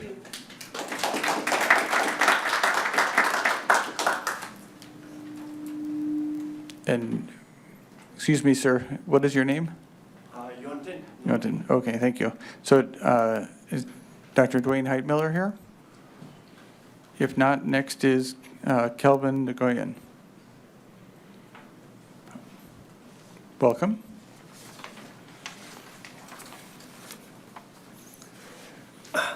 Hi, my name is Kelvin Nguyen. Thank you, the board and the staff. I'm a parent of the fourth grader, third grader, and the first grader at Cornelia. I'm here to voice my support for the class reduction. I've heard the word equity have flown around quite a bit, but I think of equity within my own family, because I just had my son go through the fourth grade, and he has such a wonderful teacher is Mr. Erickson. And I think about my daughter who will be in fourth grade next year. And if the class size expand, in essence, I see the inequity in my own family right there. I cannot justify if I'm not going to be, if I'm not here to ask for the consideration of the class size reduction. But the time next year, I will talk to my daughter and say, okay, both of my son did really well, and then my daughter do not have the same opportunity. That would be unfair to her. So I understand that we live in the limited resources. So I'm asking for the fact that, to me, in education, the class size and the grade teacher are the two most important aspects of education. And I'm hoping that as you deliberate the decision until now, until August, please keep that in mind and making sure that the class size is being reduced. Thank you. Thank you very much.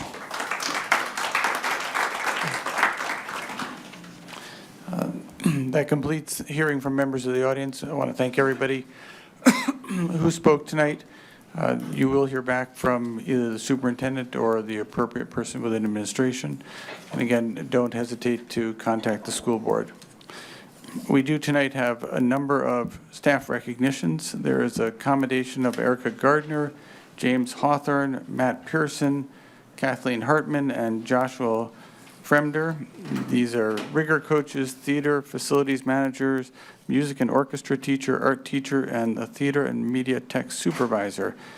There was a parent that wrote in that says, thank you from the bottom of my heart for the experience in the Southview Theater production you afforded my children this year. They've had an amazing experience that will stay with them for the rest of their lives because of your generous time, energy, love, enthusiasm, and expertise.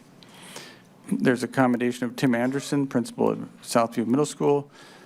Parent wrote in and says, we have a 6th grader at Southview. I wanted to let you know our child is having a wonderful experience at Southview. Our child has connected with several teachers, has come a long way in learning to be responsible and accountable, and most important, finds learning to be interesting and sometimes even fun. The parent goes on to say they like to mention how much they love flex time and that they've been impressed with how the district has put attention over the years into education beyond academics and appreciate that work. There was a commendation of Madeline Lee, 4th grade long-term substitute at Cornelia. Parent wrote in saying, I wanted to share with you how much Ms. Lee has contributed to our child's success this year. From the day we introduced ourselves to Ms. Lee, she seemed to have a genuine interest in hearing how to help our child succeed. It's very clear she's gone out of her way to connect with our child and figure our child out. There was a commendation of Emily Hockert, who's a 3rd grade teacher at Creek Valley Elementary. Parent wrote in and said, you have been the best teacher. Our child has learned a lot from you. Our child has developed not only as a student, but also become a better human being by learning so many principles of life from you. Next, we have a commendation of Deb Brasted, who's a 3rd grade teacher at Concord Elementary.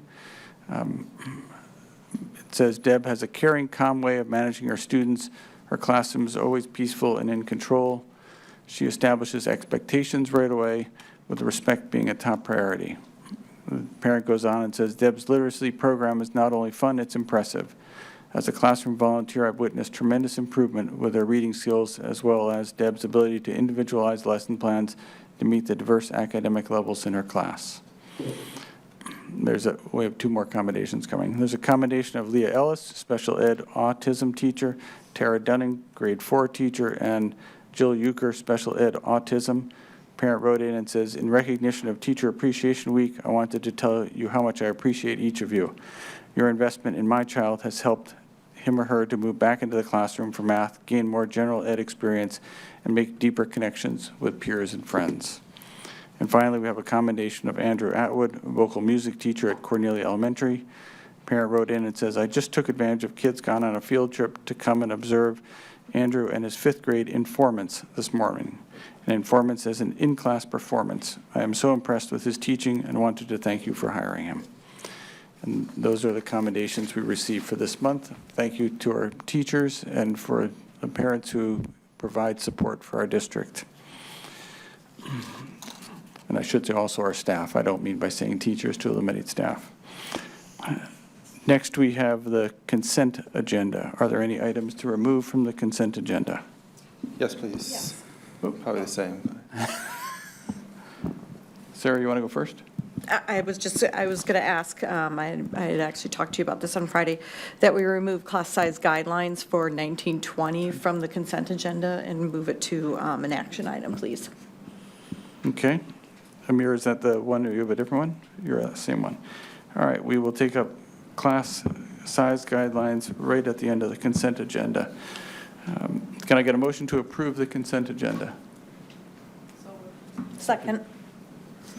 All those in favor of approving the consent agenda say, oh, no, we need to do roll call. Yep. Allenberg? Aye. Fox? Aye. Gardy? Aye. Jones? Aye. Michelson? Aye. Hatzloff? Aye. Long Friedman? Aye. Motion carried. Can I next get a motion to approve the class size guidelines for 2019-20? So moved. Can I get a second? Second. And do you have any particular questions regarding this, or you just wanted a little more background on it? Well, typically, we don't do class size guidelines and consent, and I wanted to clarify, as we did discuss this, I believe in HR committee, that the changes in the class, the reason it's in consent and the reason we're bringing it forward is not because we're actually changing the class size guideline parameters as such. What we're removing is language around non-resident enrollment limits. And we've had a way of looking at it to try to help protect the time period when we have to give notice to non-residents versus, families literally moving into Edina. And then I know, for example, my son was in a bubble class at Highlands where suddenly one summer, like 7 second graders moved in. And you bring those kids in because they're residents.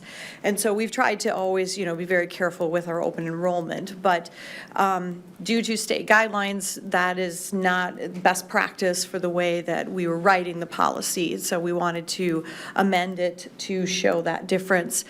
But bear in mind, and I wanted to make sure this was clear, that the actual numbers for class size guidelines have not been changed. So I just wanted to make sure that that was clear, and since it was just in consent, I didn't want that to be missed by the public. Great. Are there any other comments? Yeah, a couple more. I think, given that background as well, we didn't have a follow-up conversation about what this range should be, given the change in the open enrollment approach, which perhaps made this range a little easier to land on, the way we were doing it before, with open enrollment capped a little lower. There's some transient in and out students at any school in the district, but you're a little more likely to land in this range if you capped open enrollment a little lower. And so the adjustment now with this is there is no separate line for open enrollment, and yet we kept this same target, which seems to me like it's more likely that we would land at the high end or above this target. And we set this target. This isn't set externally. And so where these numbers come from and how much uncertainty there is in hitting them, especially given that a lot of times it's sort of an average by district, maybe grade-wide or whatnot, but within a certain building, especially some of the buildings like Highlands, they're a little tighter in what they can accommodate for certain programs, or in this case, Cornelia, which has a little more uncertainty in terms of fall enrollment. It just seems unlikely that we're going to be pleasantly surprised with where we land in the years going forward. So at some point, I think we ought to revisit what these ranges are and whether or not it'd be wise to take them down 1 or 2. And then, Well, and I just want to verify that in HR, we were not discussing the actual parameters themselves. This was about language and making sure that we were accommodating the statute, Minnesota State statute. So if a discussion such as that, I agree, would need to go to the fuller board and probably start in actually policy committee. Right. And Amir, I don't have the exact wording, since I'm not the lawyer, but Trevor did say that because we are removing this wording from the statute, there is flexibility and there are levers for us as a school district to close enrollment. And I don't want to state anything because I don't remember exactly what he said, but he said that you do actually have levers that you can close enrollment, and I can't remember if he said it's on a school-by-school basis. I actually think he did, because we were actually asking grade by grade, but we were asking those same questions because, to your concern about the averages across the whole school, well, what if Cornelia or what if a Concord gets a balloon? We can actually, as a district, decide to close enrollment at a specific school and let people flow into other schools. And I can't remember if that had to come to a board, but there was a lot of discussion around, well, what can we do as a district because of those concerns? So you're right, it is, what Trevor said is that it's based on capacity. Capacity is based on space. So if you have a larger section going through the school, you can do it on a school-by-school basis, but the school district, the school board has to close the enrollment.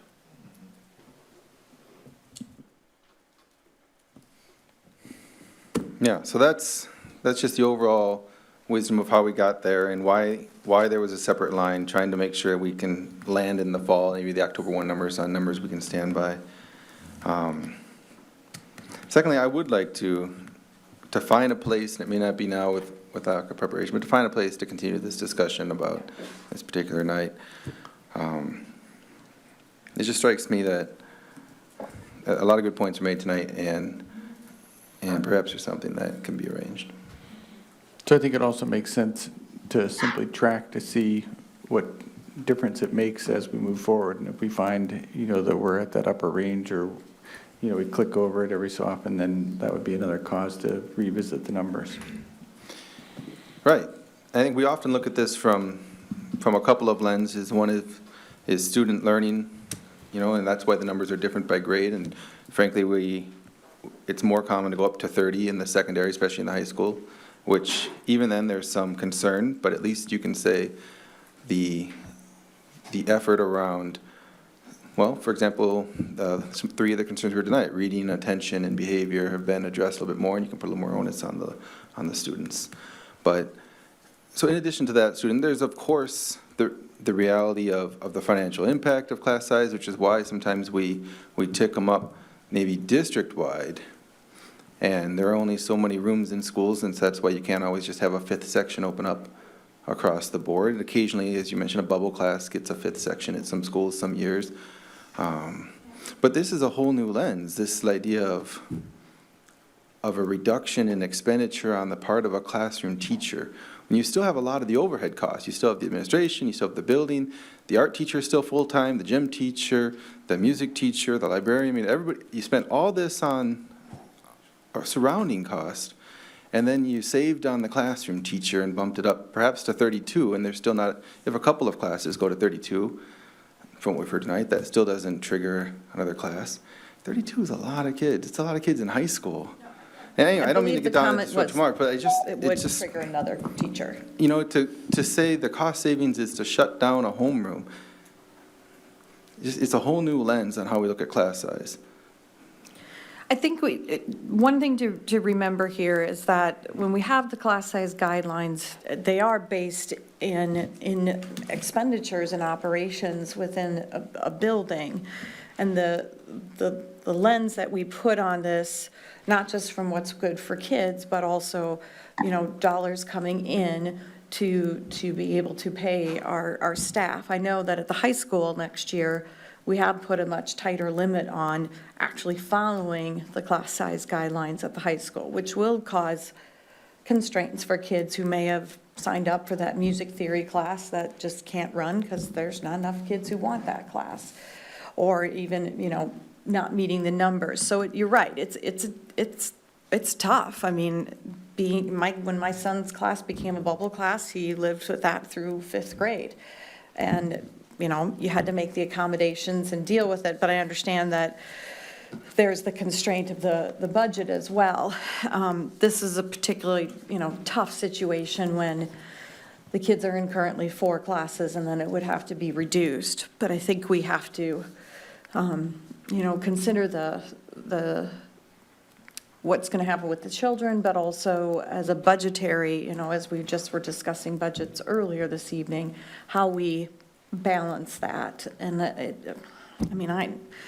bottom line is it isn't easy because, if I could have 20 kids in every classroom, that would be fabulous, but that's unfortunately not the reality. And we're lucky that according to the governor, you know, and the legislature, it sounds like we're going to be at 2 and 2. We always have to wait for the vote to come in, but it's tough with the funding not keeping up with what's going on with our expenses.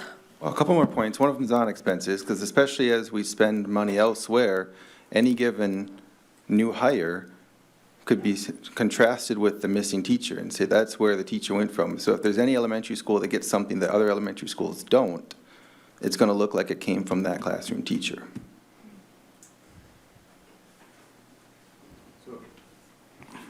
I don't think that the class size guideline. Well, okay, let me hit the class size guideline more directly. I'm just What thinking- does the range mean when we say 24 to 27? Does that mean anything? Because if we say, well, what really matters is at 30 you get an extra para, what does the 27 mean? Why did we put that in ink?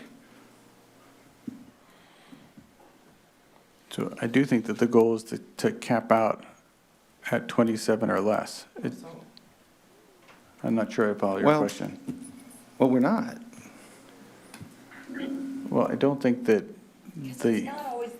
It's not always that simple. I Right. mean, when you have families and human beings moving into a neighborhood, we can't guarantee, because we have to guarantee that they can go to the elementary school that they have, the area that they've moved into. So to have a hard cap would be to say, of those 7 second graders that moved in when my son was going to school, sorry, you can't go to school here. We legally cannot do that. So there's other factors that weigh into this. I think Amir's point, and I totally agree with what you're saying, but I think Amir's point and why I think it's hard to swallow is that we can't control, you're right, we absolutely cannot control families coming in and out and how we end up, and I know my kids have been in classes sometimes that have been way beyond the desired instructional size range, but this is a decision we can control, and so it's hard to swallow as a district when we are knowingly reducing staff from 4 to 3 and knowingly putting kids quite a bit above our desired instructional. So I think that's sort of what for me, it's hard to. Completely agree and understand. Well, I don't have much more to add tonight. I know, like I said, my initial request was a time to discuss some of these numbers and to give more time for this to digest so people can put some informed thought into it. Yeah, I'd like to do that as well, too. Okay. We do need. All right, for now, though, we do have a motion to approve the class size guidelines that are before the board. We're going to go to a roll call on that. Ellenberg, Aye. Fox, Aye. Garvey, Aye. Jones, Aye. Michelson, Aye. Patzloff, Aye. Wallen Freeman. Aye. Motion carried. Thank you, everybody. Next, we have reports and discussions. Alt Comp report with Randy and Libby.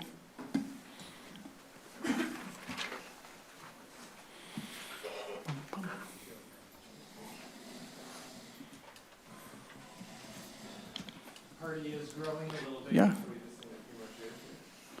I was wondering why the two of you needed 4 chairs. Good evening, Chair Wallen Friedman, Superintendent Schultz, board members, committee members, and attendees. I'm joined here this evening. My name is Randy Smasal, Director of Teaching and Learning. I'm joined here by Libby Sandvik, our Teacher Evaluation Program Facilitator. We have Amanda Schultz, one of our peer coaches for our Alt-Comp program, and we're also joined by Eric Dahlman, who is a health teacher at Southview Middle School across the street here. So Amanda's going to speak a little bit to her experiences as a peer coach in this model, in this system. And Eric will be able to share a little bit of his experience on the other end of it as a teacher going through the system and experiencing the peer coaching and what that's like from a continuous improvement standpoint. I'll just do a quick little overview and then get out of the way as Libby takes over sharing most of the report here. But per Minnesota statute, by June 15th of each year, we have to deliver to the school board a report about our Alt-Comp program. And some of the things that we look at are how well the program is serving our teachers And we look at, where are there continually areas that we can improve from year to year. So we look at it from a continuous improvement standpoint. And then in this report, we've summarized some brief findings and then recommendations moving forward for the next year. This is a report for information only. There are no decisions needed on the part of the school board this evening, but we're just delivering to you what is required from us in terms of state reporting. So at this time, I'll turn it over to Libby to go into a little bit more depth about the program itself. So amazingly, we are about to wrap up our 11th year as a QComp district here in Edina. Our program has many identified strengths. Primary among these is our use of cognitive coaching. Our peer coaches guide teachers through a reflective conversation in pre-observations, post-observations, multiple times during the year, using cognitive coaching and their skill to guide those conversations. Our program is implemented with fidelity across the district, in part due to the fact that we have weekly peer coach meetings, and I am in communication with our principals, ensuring that all of the programmatic elements are in place for all teachers across the district. Our teachers across the district, and this is anybody covered under the teacher contract, so it includes school nurses, coaches, and classroom teachers. They are continuing to stretch in their practices with their coaches and are continuing to write rigorous student learning goals, and those are goals that they track and follow for an entire year. Our coaching team remains strong. As I said, we meet weekly to do professional development, to problem solve issues that might be going on and learn from one another. And our program is very dynamic. It's able to change to meet the needs of participants, and that would include our teachers, our coaches, and our principals. We are going to continue to look at our program and improve it as we have done over the past 11 years. Next year, we actually have 2 new peer coaches joining our team. We have 2 coaches whose terms are up, so they are cycling out of the program, and Beth Mose and Nikki McKeever, both high school teachers, will be joining the peer coach team. We'll continue as a team to refine our coaching skills through professional development, both as a team and individually. And the coaches who are returning next year will continue to work with the same group of teachers that they have worked with for the past 2 years, continuing the relationship and trust building that they have built over these last 2 years. And we will continue our inter-rater reliability training that we've been doing for the last 5 years with principals, coaches, and some district level administrators. That helps, again, to ensure that we have implementation fidelity across the district. As we have in past years, we have administered a spring survey, and once again, we are really pleased with the results, especially on 2 of our key questions. When teachers answered the question, "My participation in the program has helped me grow as a teacher this year," over 94% of teachers said they agree or strongly agree with that statement. And that's up about 1% from last year. And when they answered the question, "My participation in the program has had a positive effect on student learning this year," over 92% of teachers agreed or strongly agreed with that statement, and that's up about 2% from last year. So a program that's in the 11th year that's still seeing teachers responding positively to these 2 pieces is really telling. Teachers were also able to provide some written commentary on the survey, and just a few short responses they provided. "Participation in AltComp helps me align my practices with best practices. Anytime I'm observed by someone, I'm more purposeful about the strategies I implement in my lessons. This allows me to reflect on the strategies that are most effective, and use of those strategies positively affects student achievement. My coach asks thoughtful questions that have really helped me reflect more on my teaching and how my teaching impacts students," drawing again the connection between a teacher's learning and the impact on students. When teachers were asked to identify their growth areas for the year, you'll see that the largest response rates were with CLRT strategies, engagement strategies, personalized learning, and assessment strategies, and these are aligned with some of the district priorities. So our coaches are also helping to ask teachers questions and move them in a direction that we've identified as a district to be important. So I'm now going to pass it over to Amanda to give some examples of the work that she's done with teachers in her role as a peer coach. Hi, I'm Amanda Schultz. I'm proud to be one of the 7 coaches that serve Edina Public Schools as part of our alt-comp program. This is my 2nd year, and next year will be my 3rd year as a peer coach.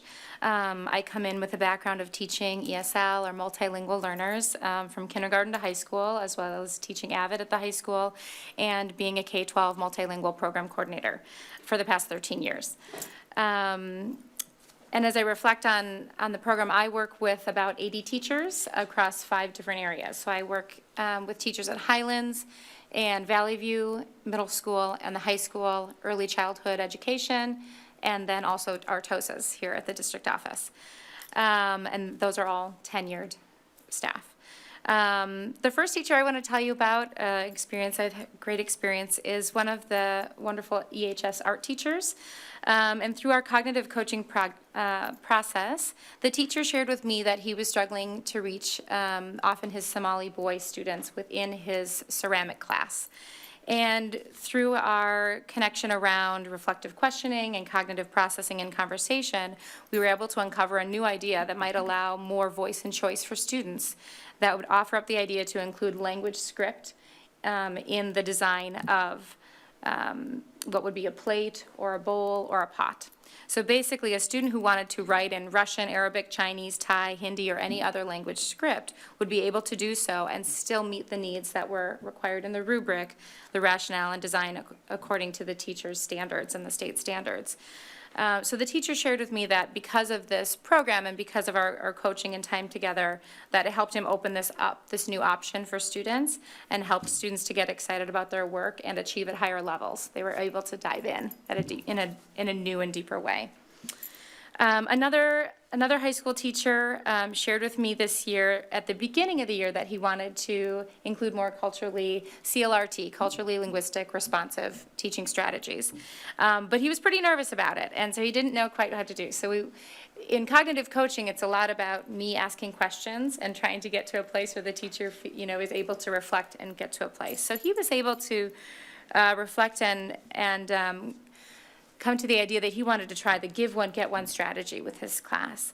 Well, throughout the year, we kept revisiting these CLRT strategies, and it was a really, for him, a huge bonus. He said that it reflected, or he noted higher student engagement, participation, and even physical movement in the class, which is really important. He has actually a large class size, so it was something that he didn't know quite was possible. But he's planning to make CLRT part of his student learning goal for next year because it's been so successful this year. So, and he's going to record data around its effectiveness with student success. My final example connects with my passion point of multilingual students and student voice. One of our teachers at Valley View reflected with me on the use of effectiveness of student voice and talk time in class. She was concerned that all students weren't getting equal talk time and weren't able to connect in all the same ways. So we talked about how she supports the needs of students who may be multilingual or who may have more limited academic English. We all saw here tonight, I just want to point out, the academic English used by the robotics and STEM team. I just thought it was fascinating, and I made a huge list of academic words because it's my passion. Actuates, elevates, transmission, sustainability, leverage, extensive, inevitable, right? So these are the words we want kids to be using. So how do we get that to happen? And this teacher was also excited to get that to happen more in her classroom. So through questions and reflections, the teacher decided to try some new things. One of my Libby loves this strategy. It's intentional think, pair, share, and also sentence starters and frames that the teacher started using with her class. And immediately upon our conversation, the first time the teacher emailed me and said, hey, I used sentence starters for Turn and Talk today, and it really helped all of my students, not just language learners or kids who were needing additional support. She said, thanks for the idea. So at the end of the year, the teacher shared that she had continued using similar strategies to increase the academic language use of all of her students in all of her classes, and she reported great results. Back to you, Eric. Hi, so I'm Eric Dahlman. I have been teaching at Southview for the last 5 years. I have taught Phi-Ed, AVID, and now I'm teaching the 7th grade health class. And one common theme that all three, Randy, Libby, and Amanda, have said is reflection. And so I kind of took that to heart this year for my student learning goal. and I try to be a reflective teacher and grow as a teacher every year, but I try to inspire that with my students as well. And so my learning goal was for every student to complete a end of the unit reflection, thinking about what went well, areas of growth, then areas of success, then areas of growth as well. So they can incorporate that not just in my class, but in all their classes. So they can learn about themselves as a learner. And so one really cool thing about this program and how it's set up is you meet as a pre-conference, and then you meet, they come in and observe, and then they post-conference, but it doesn't just end there. My peer coach, Jason Sporn, I reached out to him several different times throughout the year, through email, through phone call, just catching him when he's been at Southview, and open to talk and continue those conversations. So it's really cool to be able to experience that in just outside of just the requirements of what we have to do as teachers. But seeing the growth of my students from first semester, even then I got a whole new set second semester, and through our conversations, we had end of the unit reflections and having them think about what choices they're making in class, whether they're coming with me for teacher seminar, or they're working in a small collaborative group, or working independently, and how those choices were changing throughout each content, throughout each day. And I could see that then. I looked at the data, because I try to make a lot of data-driven decisions too on how I'm presenting the curriculum. And the test scores, the quiz scores and the test scores increased from first semester to second semester, and then from my first unit to my fifth unit now that we just took this last week. And so that was kind of brought that to light for me on some of the things that this program has set up through my conversations. And another thing that through this working with the peer coaches is it's inspired me to then want to present to my peers some of the things that they've helped me bring into my classroom. So I've presented at the school level, at the district level, and at various state conferences too. And so that's helped me grow as a teacher, as a professional, but also helped the students grow as learners too. So, yeah. Are there any questions? Thank you so much. Can you tell me what give one, get one is? What's that strategy? Sure, it's give me a content, like a science or something. So let's say you're working, Sure, and science. I'm not a scientist, Libby's my scientist. So Or pick one Randy. that's easier. Yeah, Randy. So anyway, let's say that you want to work on, I'll just do vocabulary because I'm a language person. So each student's going to have a vocabulary word that they've got in front of them, and they're going to work around the room to switch with somebody else, right? So Eric's going to have one vocabulary on his card, and I'm going to have one on mine. And you can do it a couple different ways. One might be that I'm going to read this to him, and he's going to read his to mine, and we just switch. Give one, get one. So that's a really quick way to do vocabulary, and then you're switching, you're moving all around the room, right? You're also reading the word, touching the word, and hearing it. So there's 3 different ways to touch the language there. But you can also do it with ideas. I have a great idea about something and I want to share it. So Eric's going to write his idea, I'm going to write my idea, and then we get to hear all kinds of different ideas as we move around the room. So there's lots of different ways to do it, but it's fun. Yeah. Other questions? I think I said this last year, but I was an adult computer instructor for 18 years at the Science Museum, and I always wanted to have something like this, where I could pool my ideas of teaching with other instructors and get their ideas too. There's nothing like that at all, and I think that this is fantastic. What an excellent way to cross-pollinate and come up with new ideas and encourage each other. So do I understand that this is also tied in with PLCs, PCLs? PLCs, excuse me, yeah. Yeah, many of the PLCs use their student learning goal holistically, so they might have the same student learning goal across that PLC group. Okay. And is this driven by incentive pay too? Is this tied in with, so this is, and. So this is the Minnesota performance pay system, so alt comp or Q comp. And so are there performance goals set up for And so some of your pay would be conditioned off of performance of certain goals preset?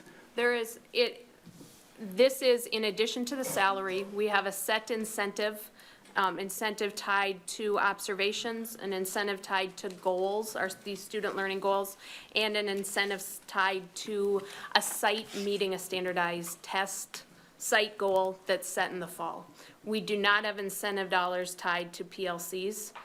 That was an intentional decision made 11 years ago because we realized the value of PLCs and didn't want to tie money to them in case every year we think the funding from the state might go away, but we wanted PLCs to continue whether or not that funding was there. So there are not dollars tied to the PLC work.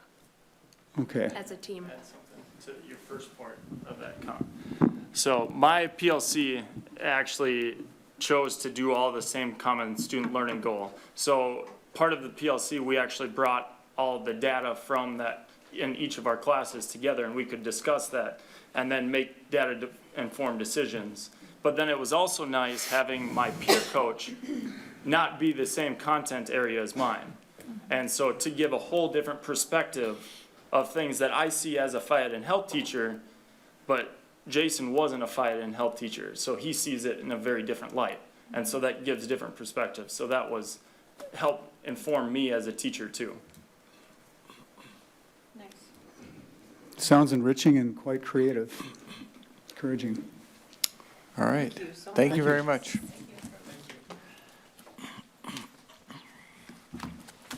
Next is policy review. Amir, policies 107 and 108, looks like. That's right. The two up for discussion tonight are 107 and 108. As you say, 107 is public relations and school communications, and mostly just cleaned up a little bit, not a lot of major change.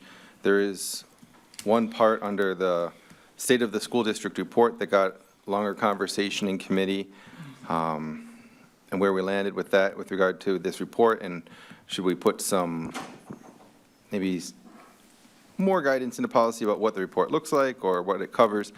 And we decided that we were really starting to talk about the report as a measure of accountability or as a tool for district accountability. And there's already a policy on that. It's policy 616, school district system accountability, which will be up in cycle to discuss next year. So we just put that conversation on hold and said, well, when that policy comes up in the fall and into the winter, we can talk about what kind of a report we need to have accountability, if that's what we're looking for in these reports, and really left 107 alone. Can you just, what are you cross-referencing in the other policy that you just mentioned? Yeah, it's not an exact spot, but just the idea that if we expect to hold ourselves accountable, and there are some policy around that process or those tools, and that's what we think the annual report might be used for, then it would, let's put some more robust thought into that, especially after the strategic plan. Think about what measures do we use and what systems do we have to talk about accountability. And so that conversation was abbreviated without coming to completion because we realized it was part of something larger and not policy 107 itself. So policy 107 before you has relatively minor edits, including a few lines around state of the school district report, which is where I got on my tangent here. Right. I mean, that was going to be one of my questions tonight, is why we're removing the concept of a required annual report as a district.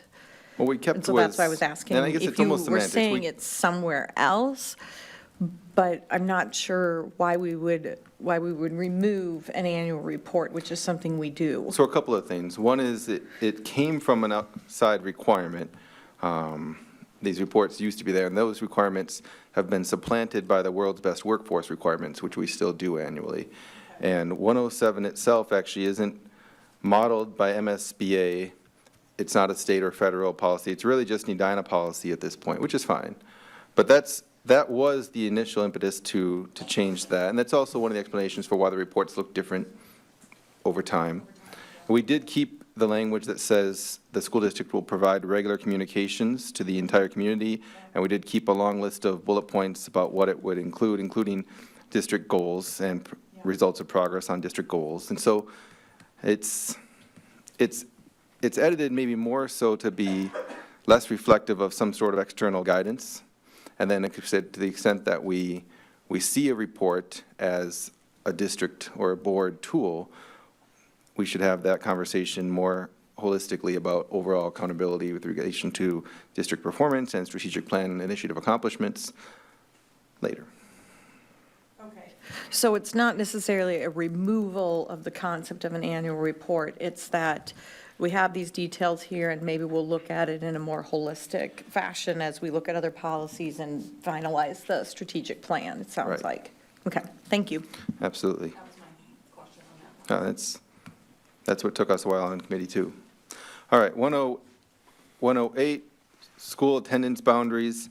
I'd say it's a relatively short policy with really no edits of merit tonight, but it's worth familiarizing yourself with the stuff that was already there and is still there, because to the extent that there's ever a need in any district across the state to consider which houses are assigned to which elementaries, which houses are assigned to which middle schools, there's a lot that goes into it, to include geography and safety and class sizes and logistical concerns. And so, as we've heard from other districts, as they go through those process of changing those boundaries, your process had better be tight and defensible, because this is one of the more difficult things the district ever has to attempt.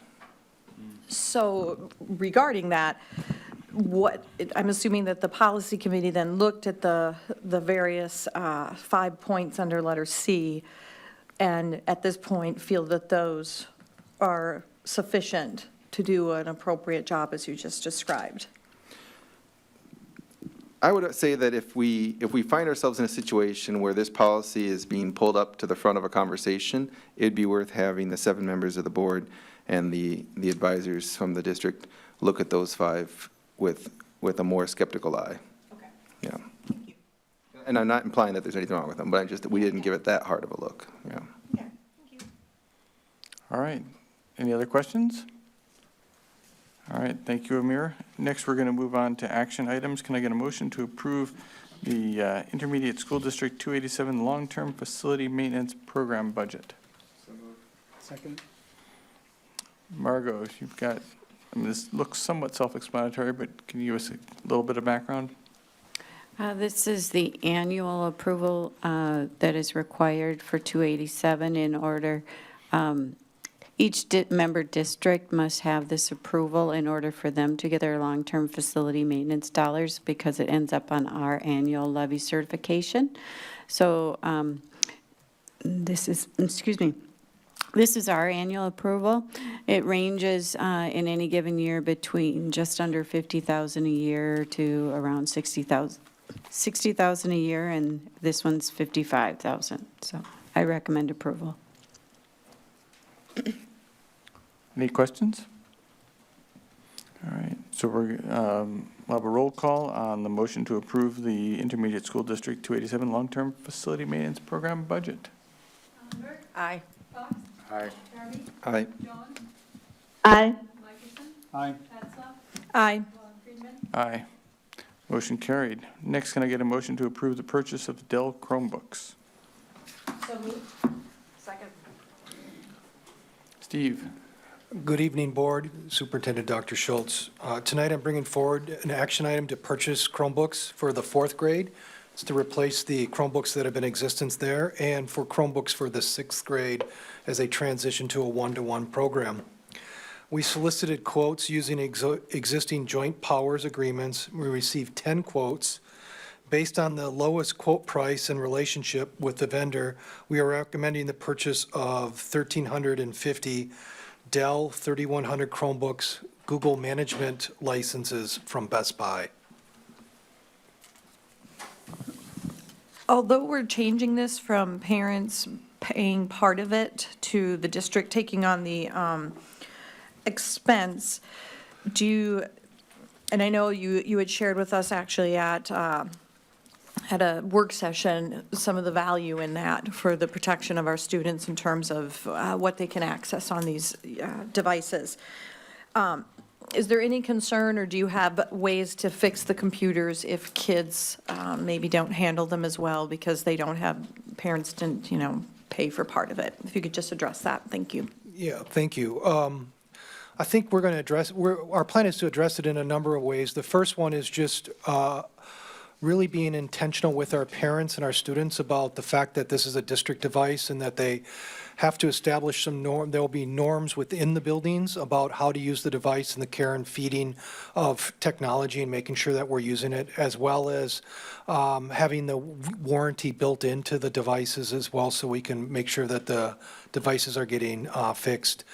Thankfully, in the last few years, and we've actually have familiarity with this device, they come a little bit more ready to be handled in a middle school. They have rubberized edges so they can be dropped and they won't break. They have spill guards, so if liquid gets spilled on the keyboard, it doesn't destroy those engines, but those devices. But with that said, I think we're going to really work on making sure that our students are using these devices with care and intentionality next year.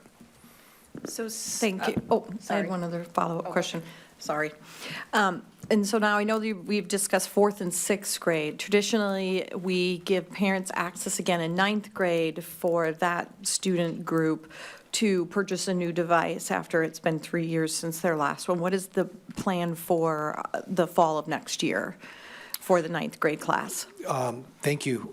The plan is to continue with our e-learning squared at the 9th grade, and so 9th grade families will be receiving a letter around the July timeframe, letting them know that the expectation is their child brings a device to school charged and ready to go. We give them parameters on what that device looks like, and then they have a few options if they don't already have a device. One of those would be to check out a device from our media centers after signing a loan agreement, or to access the Best Buy web store to be able to purchase a device at a significantly discounted price. Thank you, Steve, so much. One last question, or one question for me. Since this is a change in how we've done things in the past, I was just wondering if you could quickly address what you feel why are we changing, and what do you feel the benefit for both families and the district are, really fast? Certainly, and you've heard me say this, and so I feel like I'm a broken record, but what is really imperative, I think, in my role in this district is to understand the incredible power of technology, but with that power, there's benefits and there's negative aspects of it. And so I find my role continuing to evolve into making sure that we're leveraging that technology, the incredible asset of technology in our classrooms, bringing experiences that our children wouldn't have. You saw the green team, the robotics team, and the technology that they use, and it's incredible what they're doing. But there's also negative aspects of technology, and so we continue to monitor those negative aspects and figure out ways to mitigate those in our school system. One of those, after talking with teachers, parents, students, and our technology advisory team is especially at the middle school level, as our students are developing good habits and self-control and self-reliance, is probably putting a little bit more guidance on that and a little bit more limitation on that. And so after talking with those stakeholder groups, we figured providing them a device that we can then have a little bit more control over, monitor, make sure they're the same devices so every student has the same learning experience with that technology. We felt that we're going to be able to slowly do release and provide them access to technology, but in a walled garden environment at that 6th grade. Steve, in our work session, did you bring up some enhanced security or auditing and a parent's ability to track where their students have been on the site? Could you address that? Absolutely. And so we currently do have the ability to, as part of E-rate and as part of just good practices, the district does filter and monitor technology and access to websites on our network. And so if a child brings a device or an adult brings a device, connects to our network, we monitor. We don't actively look at it, but we do filter, we do trace traffic on it. By going to a one-to-one with the sixth grades next year, all those students' devices will be monitored and we'll be able to run reports on it. We currently do this process right now, and so we do engage with parents that are interested in understanding what types of websites their children are going to and amount of time that they're spending on websites. We can provide them a report. Generally, we run those when requested, and so that report kind of shows what websites and about what type of time element that they were spending on those websites. We are entering into what's called alpha with our current security filtering company called GoGuardian, to actually be able to create a parent-facing report as well. And so then the parents would be able to actually get these reports as well if they were so inclined. And then they would be able to access these reports for their children as well. It's in early stages, they're just in alpha, but because we're one of the first users of this security filtering software, we're gonna be part of the school districts that help inform them as they build out this product. So it's a budding partnership, and you see the prospect of being able to put out notifications to parents about where their children have been on the web. Do you have any idea, at this time next year, could parents have a report like that? I don't have that information yet. We're hoping that they're going to move quickly on it, but software development cycles differ between each company and each vendor. Mm-hmm. And so we're going to monitor it. This is what I do know, is that I feel strongly that the use of technology is a partnership with our community and our parents. What we're committed to doing is developing the norms and publishing the norms that are not incongruous with what our parents want, but in partnership with our parents of how we leverage technology in the school district, and then work with them as they develop their norms within their household, so that we're in partnership, making sure that that technology is being used as a positive tool. I want to affirm you in what you're doing. I think this is an excellent direction. I've talked with many parents who have said that they feel the technology, one, it really enables their children to learn more, but it also creates a bit of a wedge between them and their children, because their kids can take the computer off to the corner, can toggle out real quickly. They don't know what their kids are doing. The more visibility the parents have into what their children are using the devices for, the parents can set up agreements with their children about what are you doing here, how much time should we spend, and I think that visibility will be greatly appreciated by a lot of parents. So thank you very much. A follow-on question is, will this monitoring tracking also be able to track when the students are not on the EPS Wi-Fi? Does it have an audit log that will track when they're at home or on other Wi-Fis? Yes, because there are devices, they will monitor it for the filtering, both on network and off network. So if they bring the device home and they get connected to the internet, we get the report of the traffic that students use that device for. If they go to a coffee shop or anywhere that they connect to the internet, we get that report. Okay, fantastic. Another follow-up question is, you used a term that I think some people don't always understand, the green. Yeah, I know, many follow-ups here. I think this is really exciting. The garden? Oh, I'm sorry. Yeah, thank you. The tool that we use, the vendor product is called GoGuardian. It is the product that we use to filter our Chromebooks right now. And so that's the tool that we're currently using, and then they're building out and that works for all of our Chromebooks, and so both on district, or if the devices go someplace else and connect to the internet, we get that report of traffic and usage of those devices by the students. And they're the company that's working on a parent-facing report for that information as well. Okay. Thank you very much. I think this is great because it affords us an opportunity, now that we're about to probably approve this, to visit with what we're doing and implementing with this technology. So thank you, Steve. Thank you. So I have a follow-up question to his follow-ups. No, it's actually, since I do have an incoming sixth grader, I received the communication that was sent to parents, and in it, it said that, where is it? It said, since students will be getting an assigned district-provided Chromebook, no outside devices will be permitted for use. does that, can you just clarify for me, does that include cell phones? Because I know there's some, sorry, I know there's some discrepancy in buildings as far as cell phones being brought into classrooms. Is this like are we trying to restate a district stance on kids can't bring cell phones? I was just, because that was my first initial reaction when I read that, and I just wanted to clarify if there was meaning behind that statement. Thank you for the opportunity to clarify that. At this time, we're strictly speaking of a computer or laptop or device. With that said, we do have, and I believe that both middle schools and the high school have pretty firm guidelines and norms around cell phone use, and that constantly is being evaluated.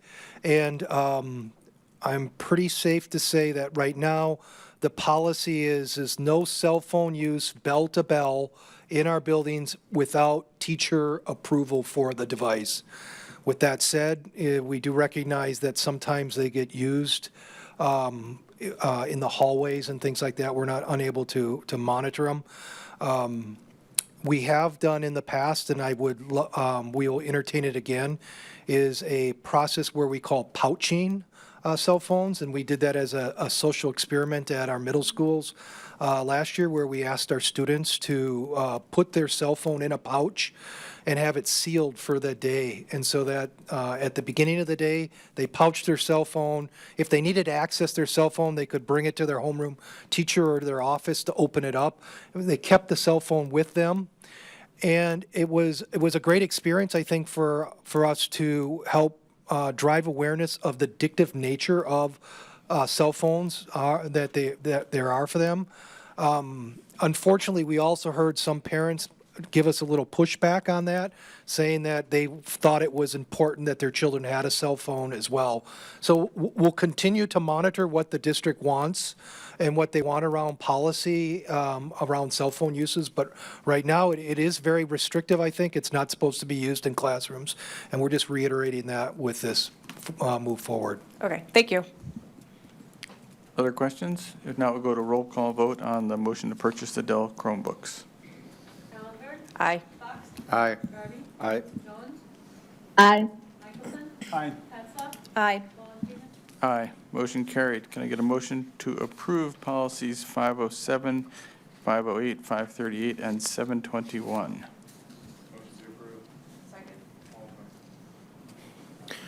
All right, brief overview. 507 is corporal punishment, and 508 is the extended school year for certain students with individualized education programs. Not a lot of things to change there, just went through the review. 721 was service animals in schools. We've covered that. No update there. 538, student travel. The only thing that's been updated since last time we talked was on the motion for this whole list of 4. There's a note that says, in answer to your question, Lenny, this policy would be effective for all student travel approved May 20, 2019 or later.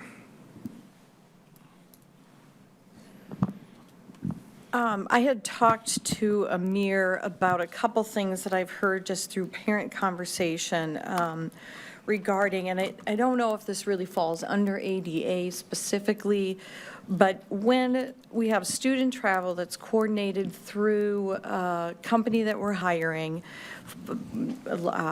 regionally, nationally, I want to make sure that we are including in that dietary restrictions. And I don't mean, you're just toying with a diet, you feel like, having a fancy diet that week. I mean, kids who are physically allergic to, nuts, gluten allergies, so all of the different things, because I think from what I've heard, we've had some experiences where kids have been on a week-long trip, and when they're taken to restaurants and, the food is provided, but they're not getting their food allergies met. And so I want to make sure that, I realize once we go outside of our boundaries as United States, that becomes limited, and I understand that, but I think in this day and age, no company that we're hiring should not be able to accommodate the basic food allergies that we all know exist. And so I want to make sure that when we're vetting companies,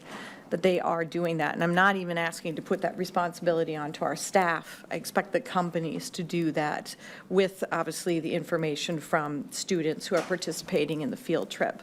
So I'm just wondering if we need to include language, because I don't know if it's something that would fall under ADA.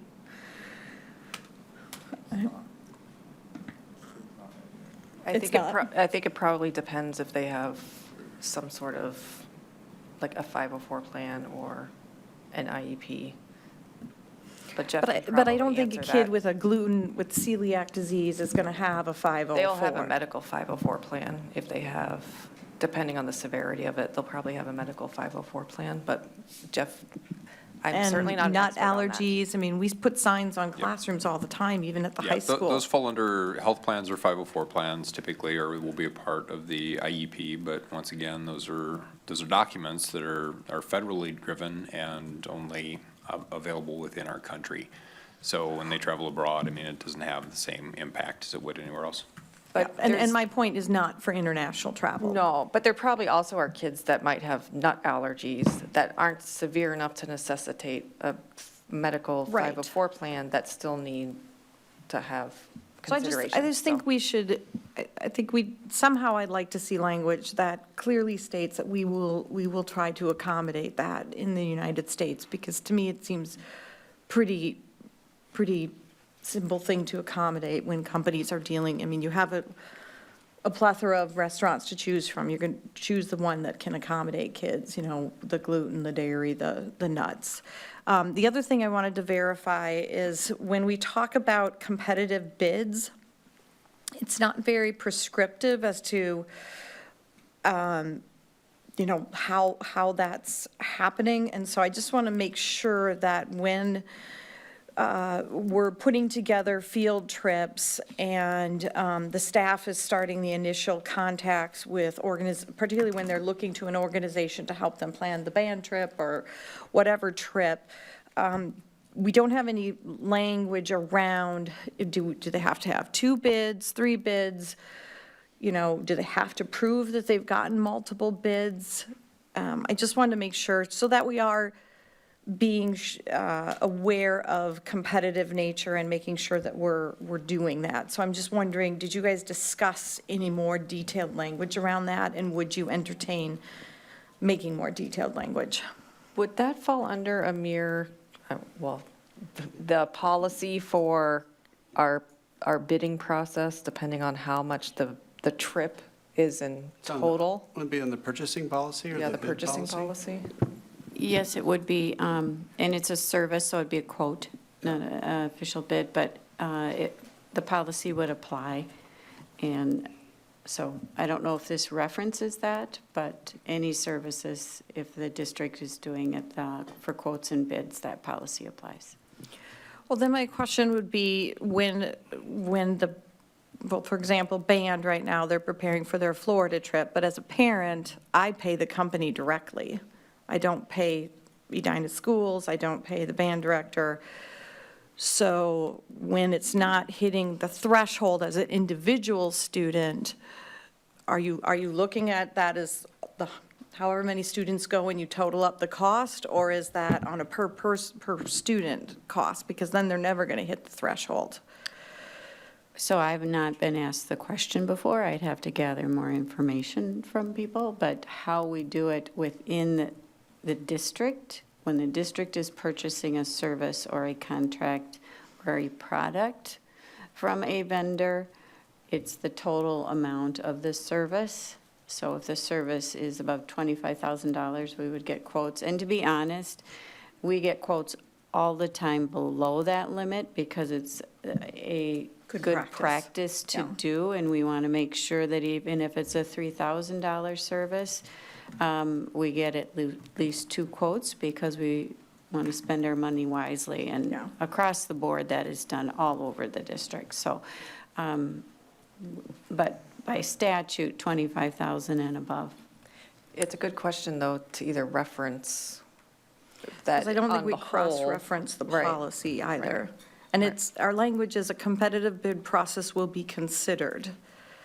And I That think there that's should be maybe either we considered reference as that not policy. Right. must be done.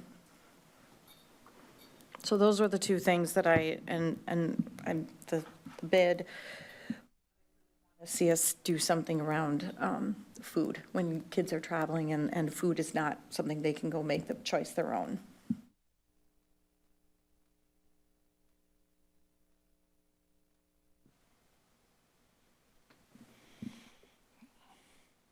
Okay, so are you asking for that change to be made tonight? Are you asking that that policy not get approved tonight?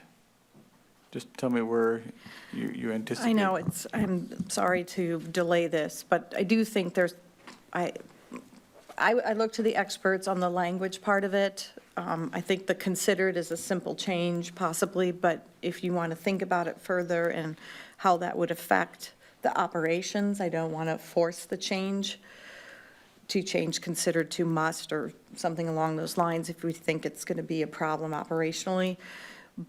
But I'd like that to be considered. And as for the food, I do think I would prefer to have something in there with some kind of language that's part of our accommodations. But I'm just one person. Correct.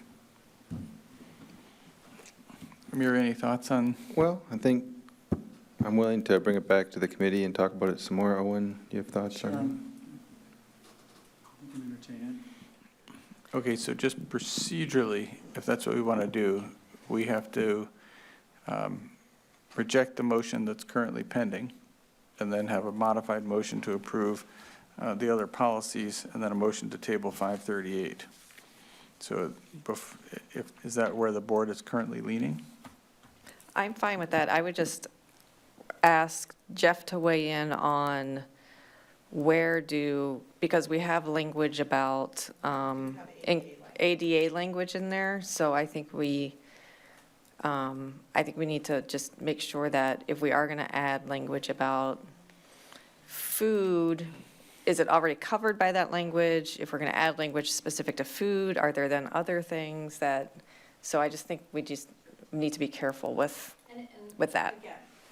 And I expect, I just want it discussed, how it should be handled. Is it more in a practice thing if it's not in the core part of the policy? But I think we need to be aware of this and not let kids go hungry at a restaurant. So are there any trips in process that are impacted if this gets delayed a month?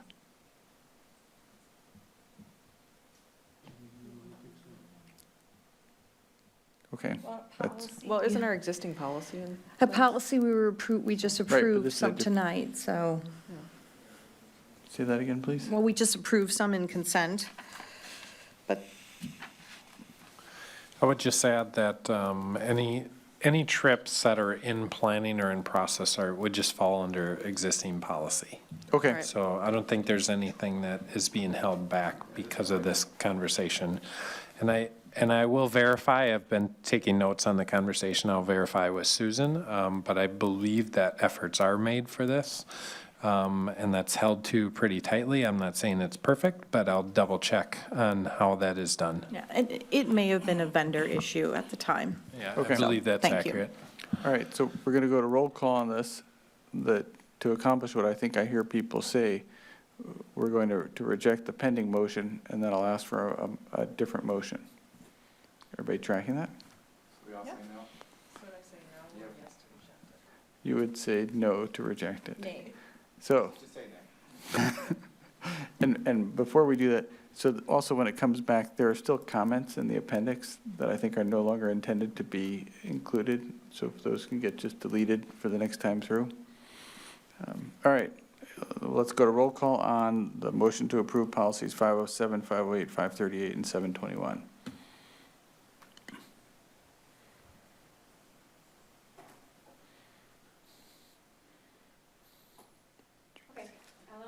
Nay?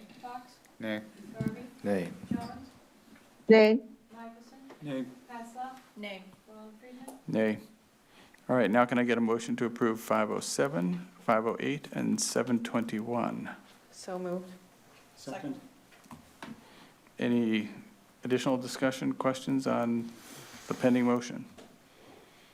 So we'll go to roll call on approving. So Sarah, this will be approving 507, 508, and 721. Yay. Aye. Aye. Aye. Aye. Aye. And since 538 was sitting on our agenda, I don't know if it's necessary, but I'm going to still request a motion to table that till next month.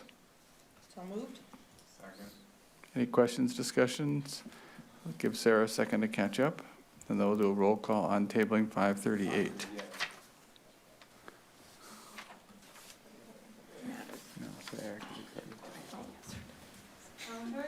Aye. Aye. Aye. Aye. Aye. Aye. Aye. All right. Thank you, everybody. That completes the action items. Are there any committee updates? I have one. Okay. Should be at LAC. Yes. So, but, can you hear me okay? Yes. Yep. Okay.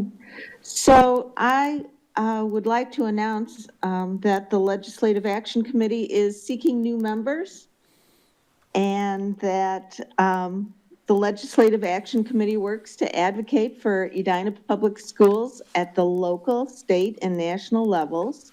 And if you are listening to the school board meeting and interested in getting involved with this important work, please contact me, Ellen Jones, at ellen.jones@edinapublicschools.org. The Legislative Action Committee is made up of 9 steering committee members who all must be residents of the district, and the steering committee meets every week from September through November, and less frequently or as needed through the end of the legislative session, developing a platform and planning advocacy work of the committee. All right. And then also to let people know who are currently members of the committee, it is a 1-year appointment, and therefore they would need to seek reappointment if that's what they want. Right, they have all been notified, and there are currently, many have asked to be considered to be on the committee again, and we have 2 definite openings. Okay. All right. And then as a correction, Ellen, I think you had your email address as Edina Public Schools. It's edinaschools. Oh, sorry, yes. So we want to get those emails to you. Thank you all. All right. Any other updates? Yes, I have. Oh, sorry.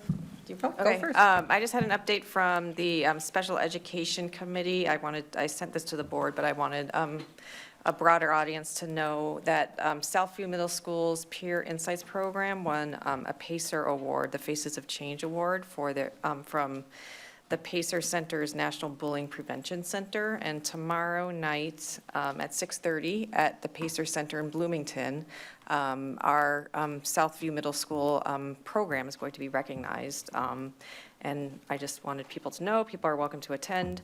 And it's just a great recognition for our school district and for the Southview Peer Insights program. Sounds great. And Sarah, you had an update? Yeah, just a teaching and learning update. I just wanted to let you guys know that we got an update on the compacted science progress update, and they're in the middle of just reaffirming with kids about the various tracks, so the compacted versus the traditional pack for science, and how that's going through the system. We also got a quick update on surveys that will be going out on all the classes that are in their first year of inception, including the changes in pre-AP 10 language arts. And so there'll be a second survey within that class, and they're also going to share with us some examples of some potential student work and how teachers looked at the pilot for the earned honors, or embedded honors, excuse me. And then lastly, we just had an update on surveys that are going on in the district, which is that typical time of year for surveys to go out. And in particular, because we're starting the science review, they're going to do a survey within even the science teachers to talk about what their current practices are and get a baseline for as we go forward. So that's it, unless you have any questions.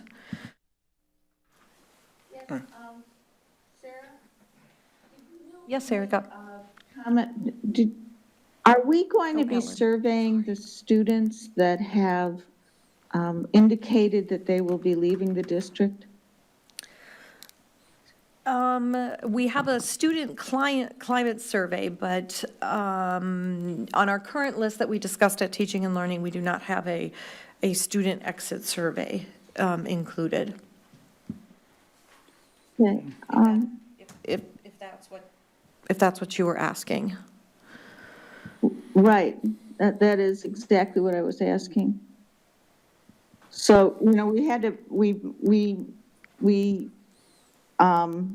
do know, the district has emailed parents asking if they plan on leaving the district, and the district has responses from those parents who, so we'll know if they are planning on leaving. And I was just hoping that because our finances and so much depend on retention of students, gaining a better understanding of why students are currently leaving the district is really helpful, especially if we're targeting and prioritizing strategic plan initiatives.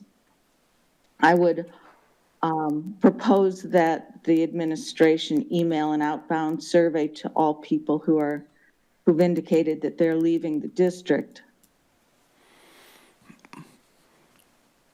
All right, so that is not on our agenda for the evening, so if that is not something that I think the board has the ability to vote on this evening. So it would have to be something that if we were going to pursue it, we would need to add it to a subsequent agenda.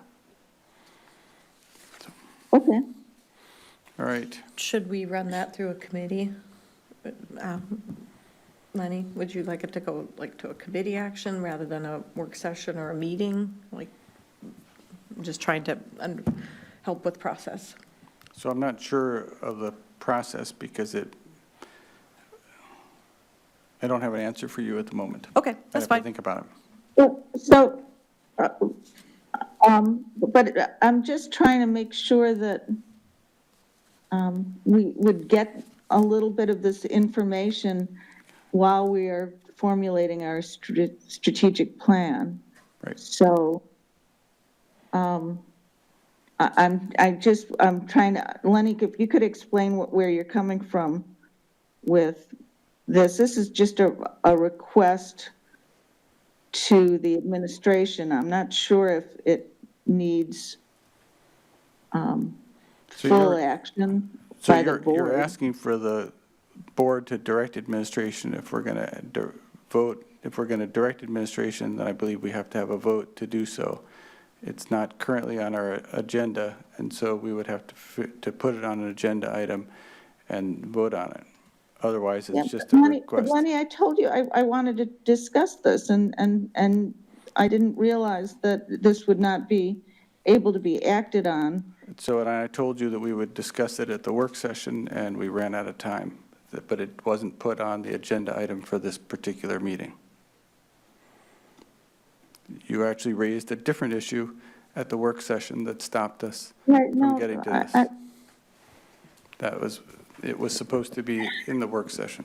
I'm going to suggest that we table this discussion since we were doing committee updates, and this isn't part of a committee update, and that we move this to some other time and venue. Yes, Erica, I'm so sorry. I had asked Lenny where I should have put this, and he said in a committee update. So I don't mean to be out of order, and I would like it put on a next agenda, please.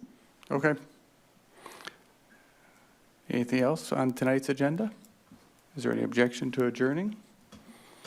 Hearing none, we are adjourned. Thank you, everybody.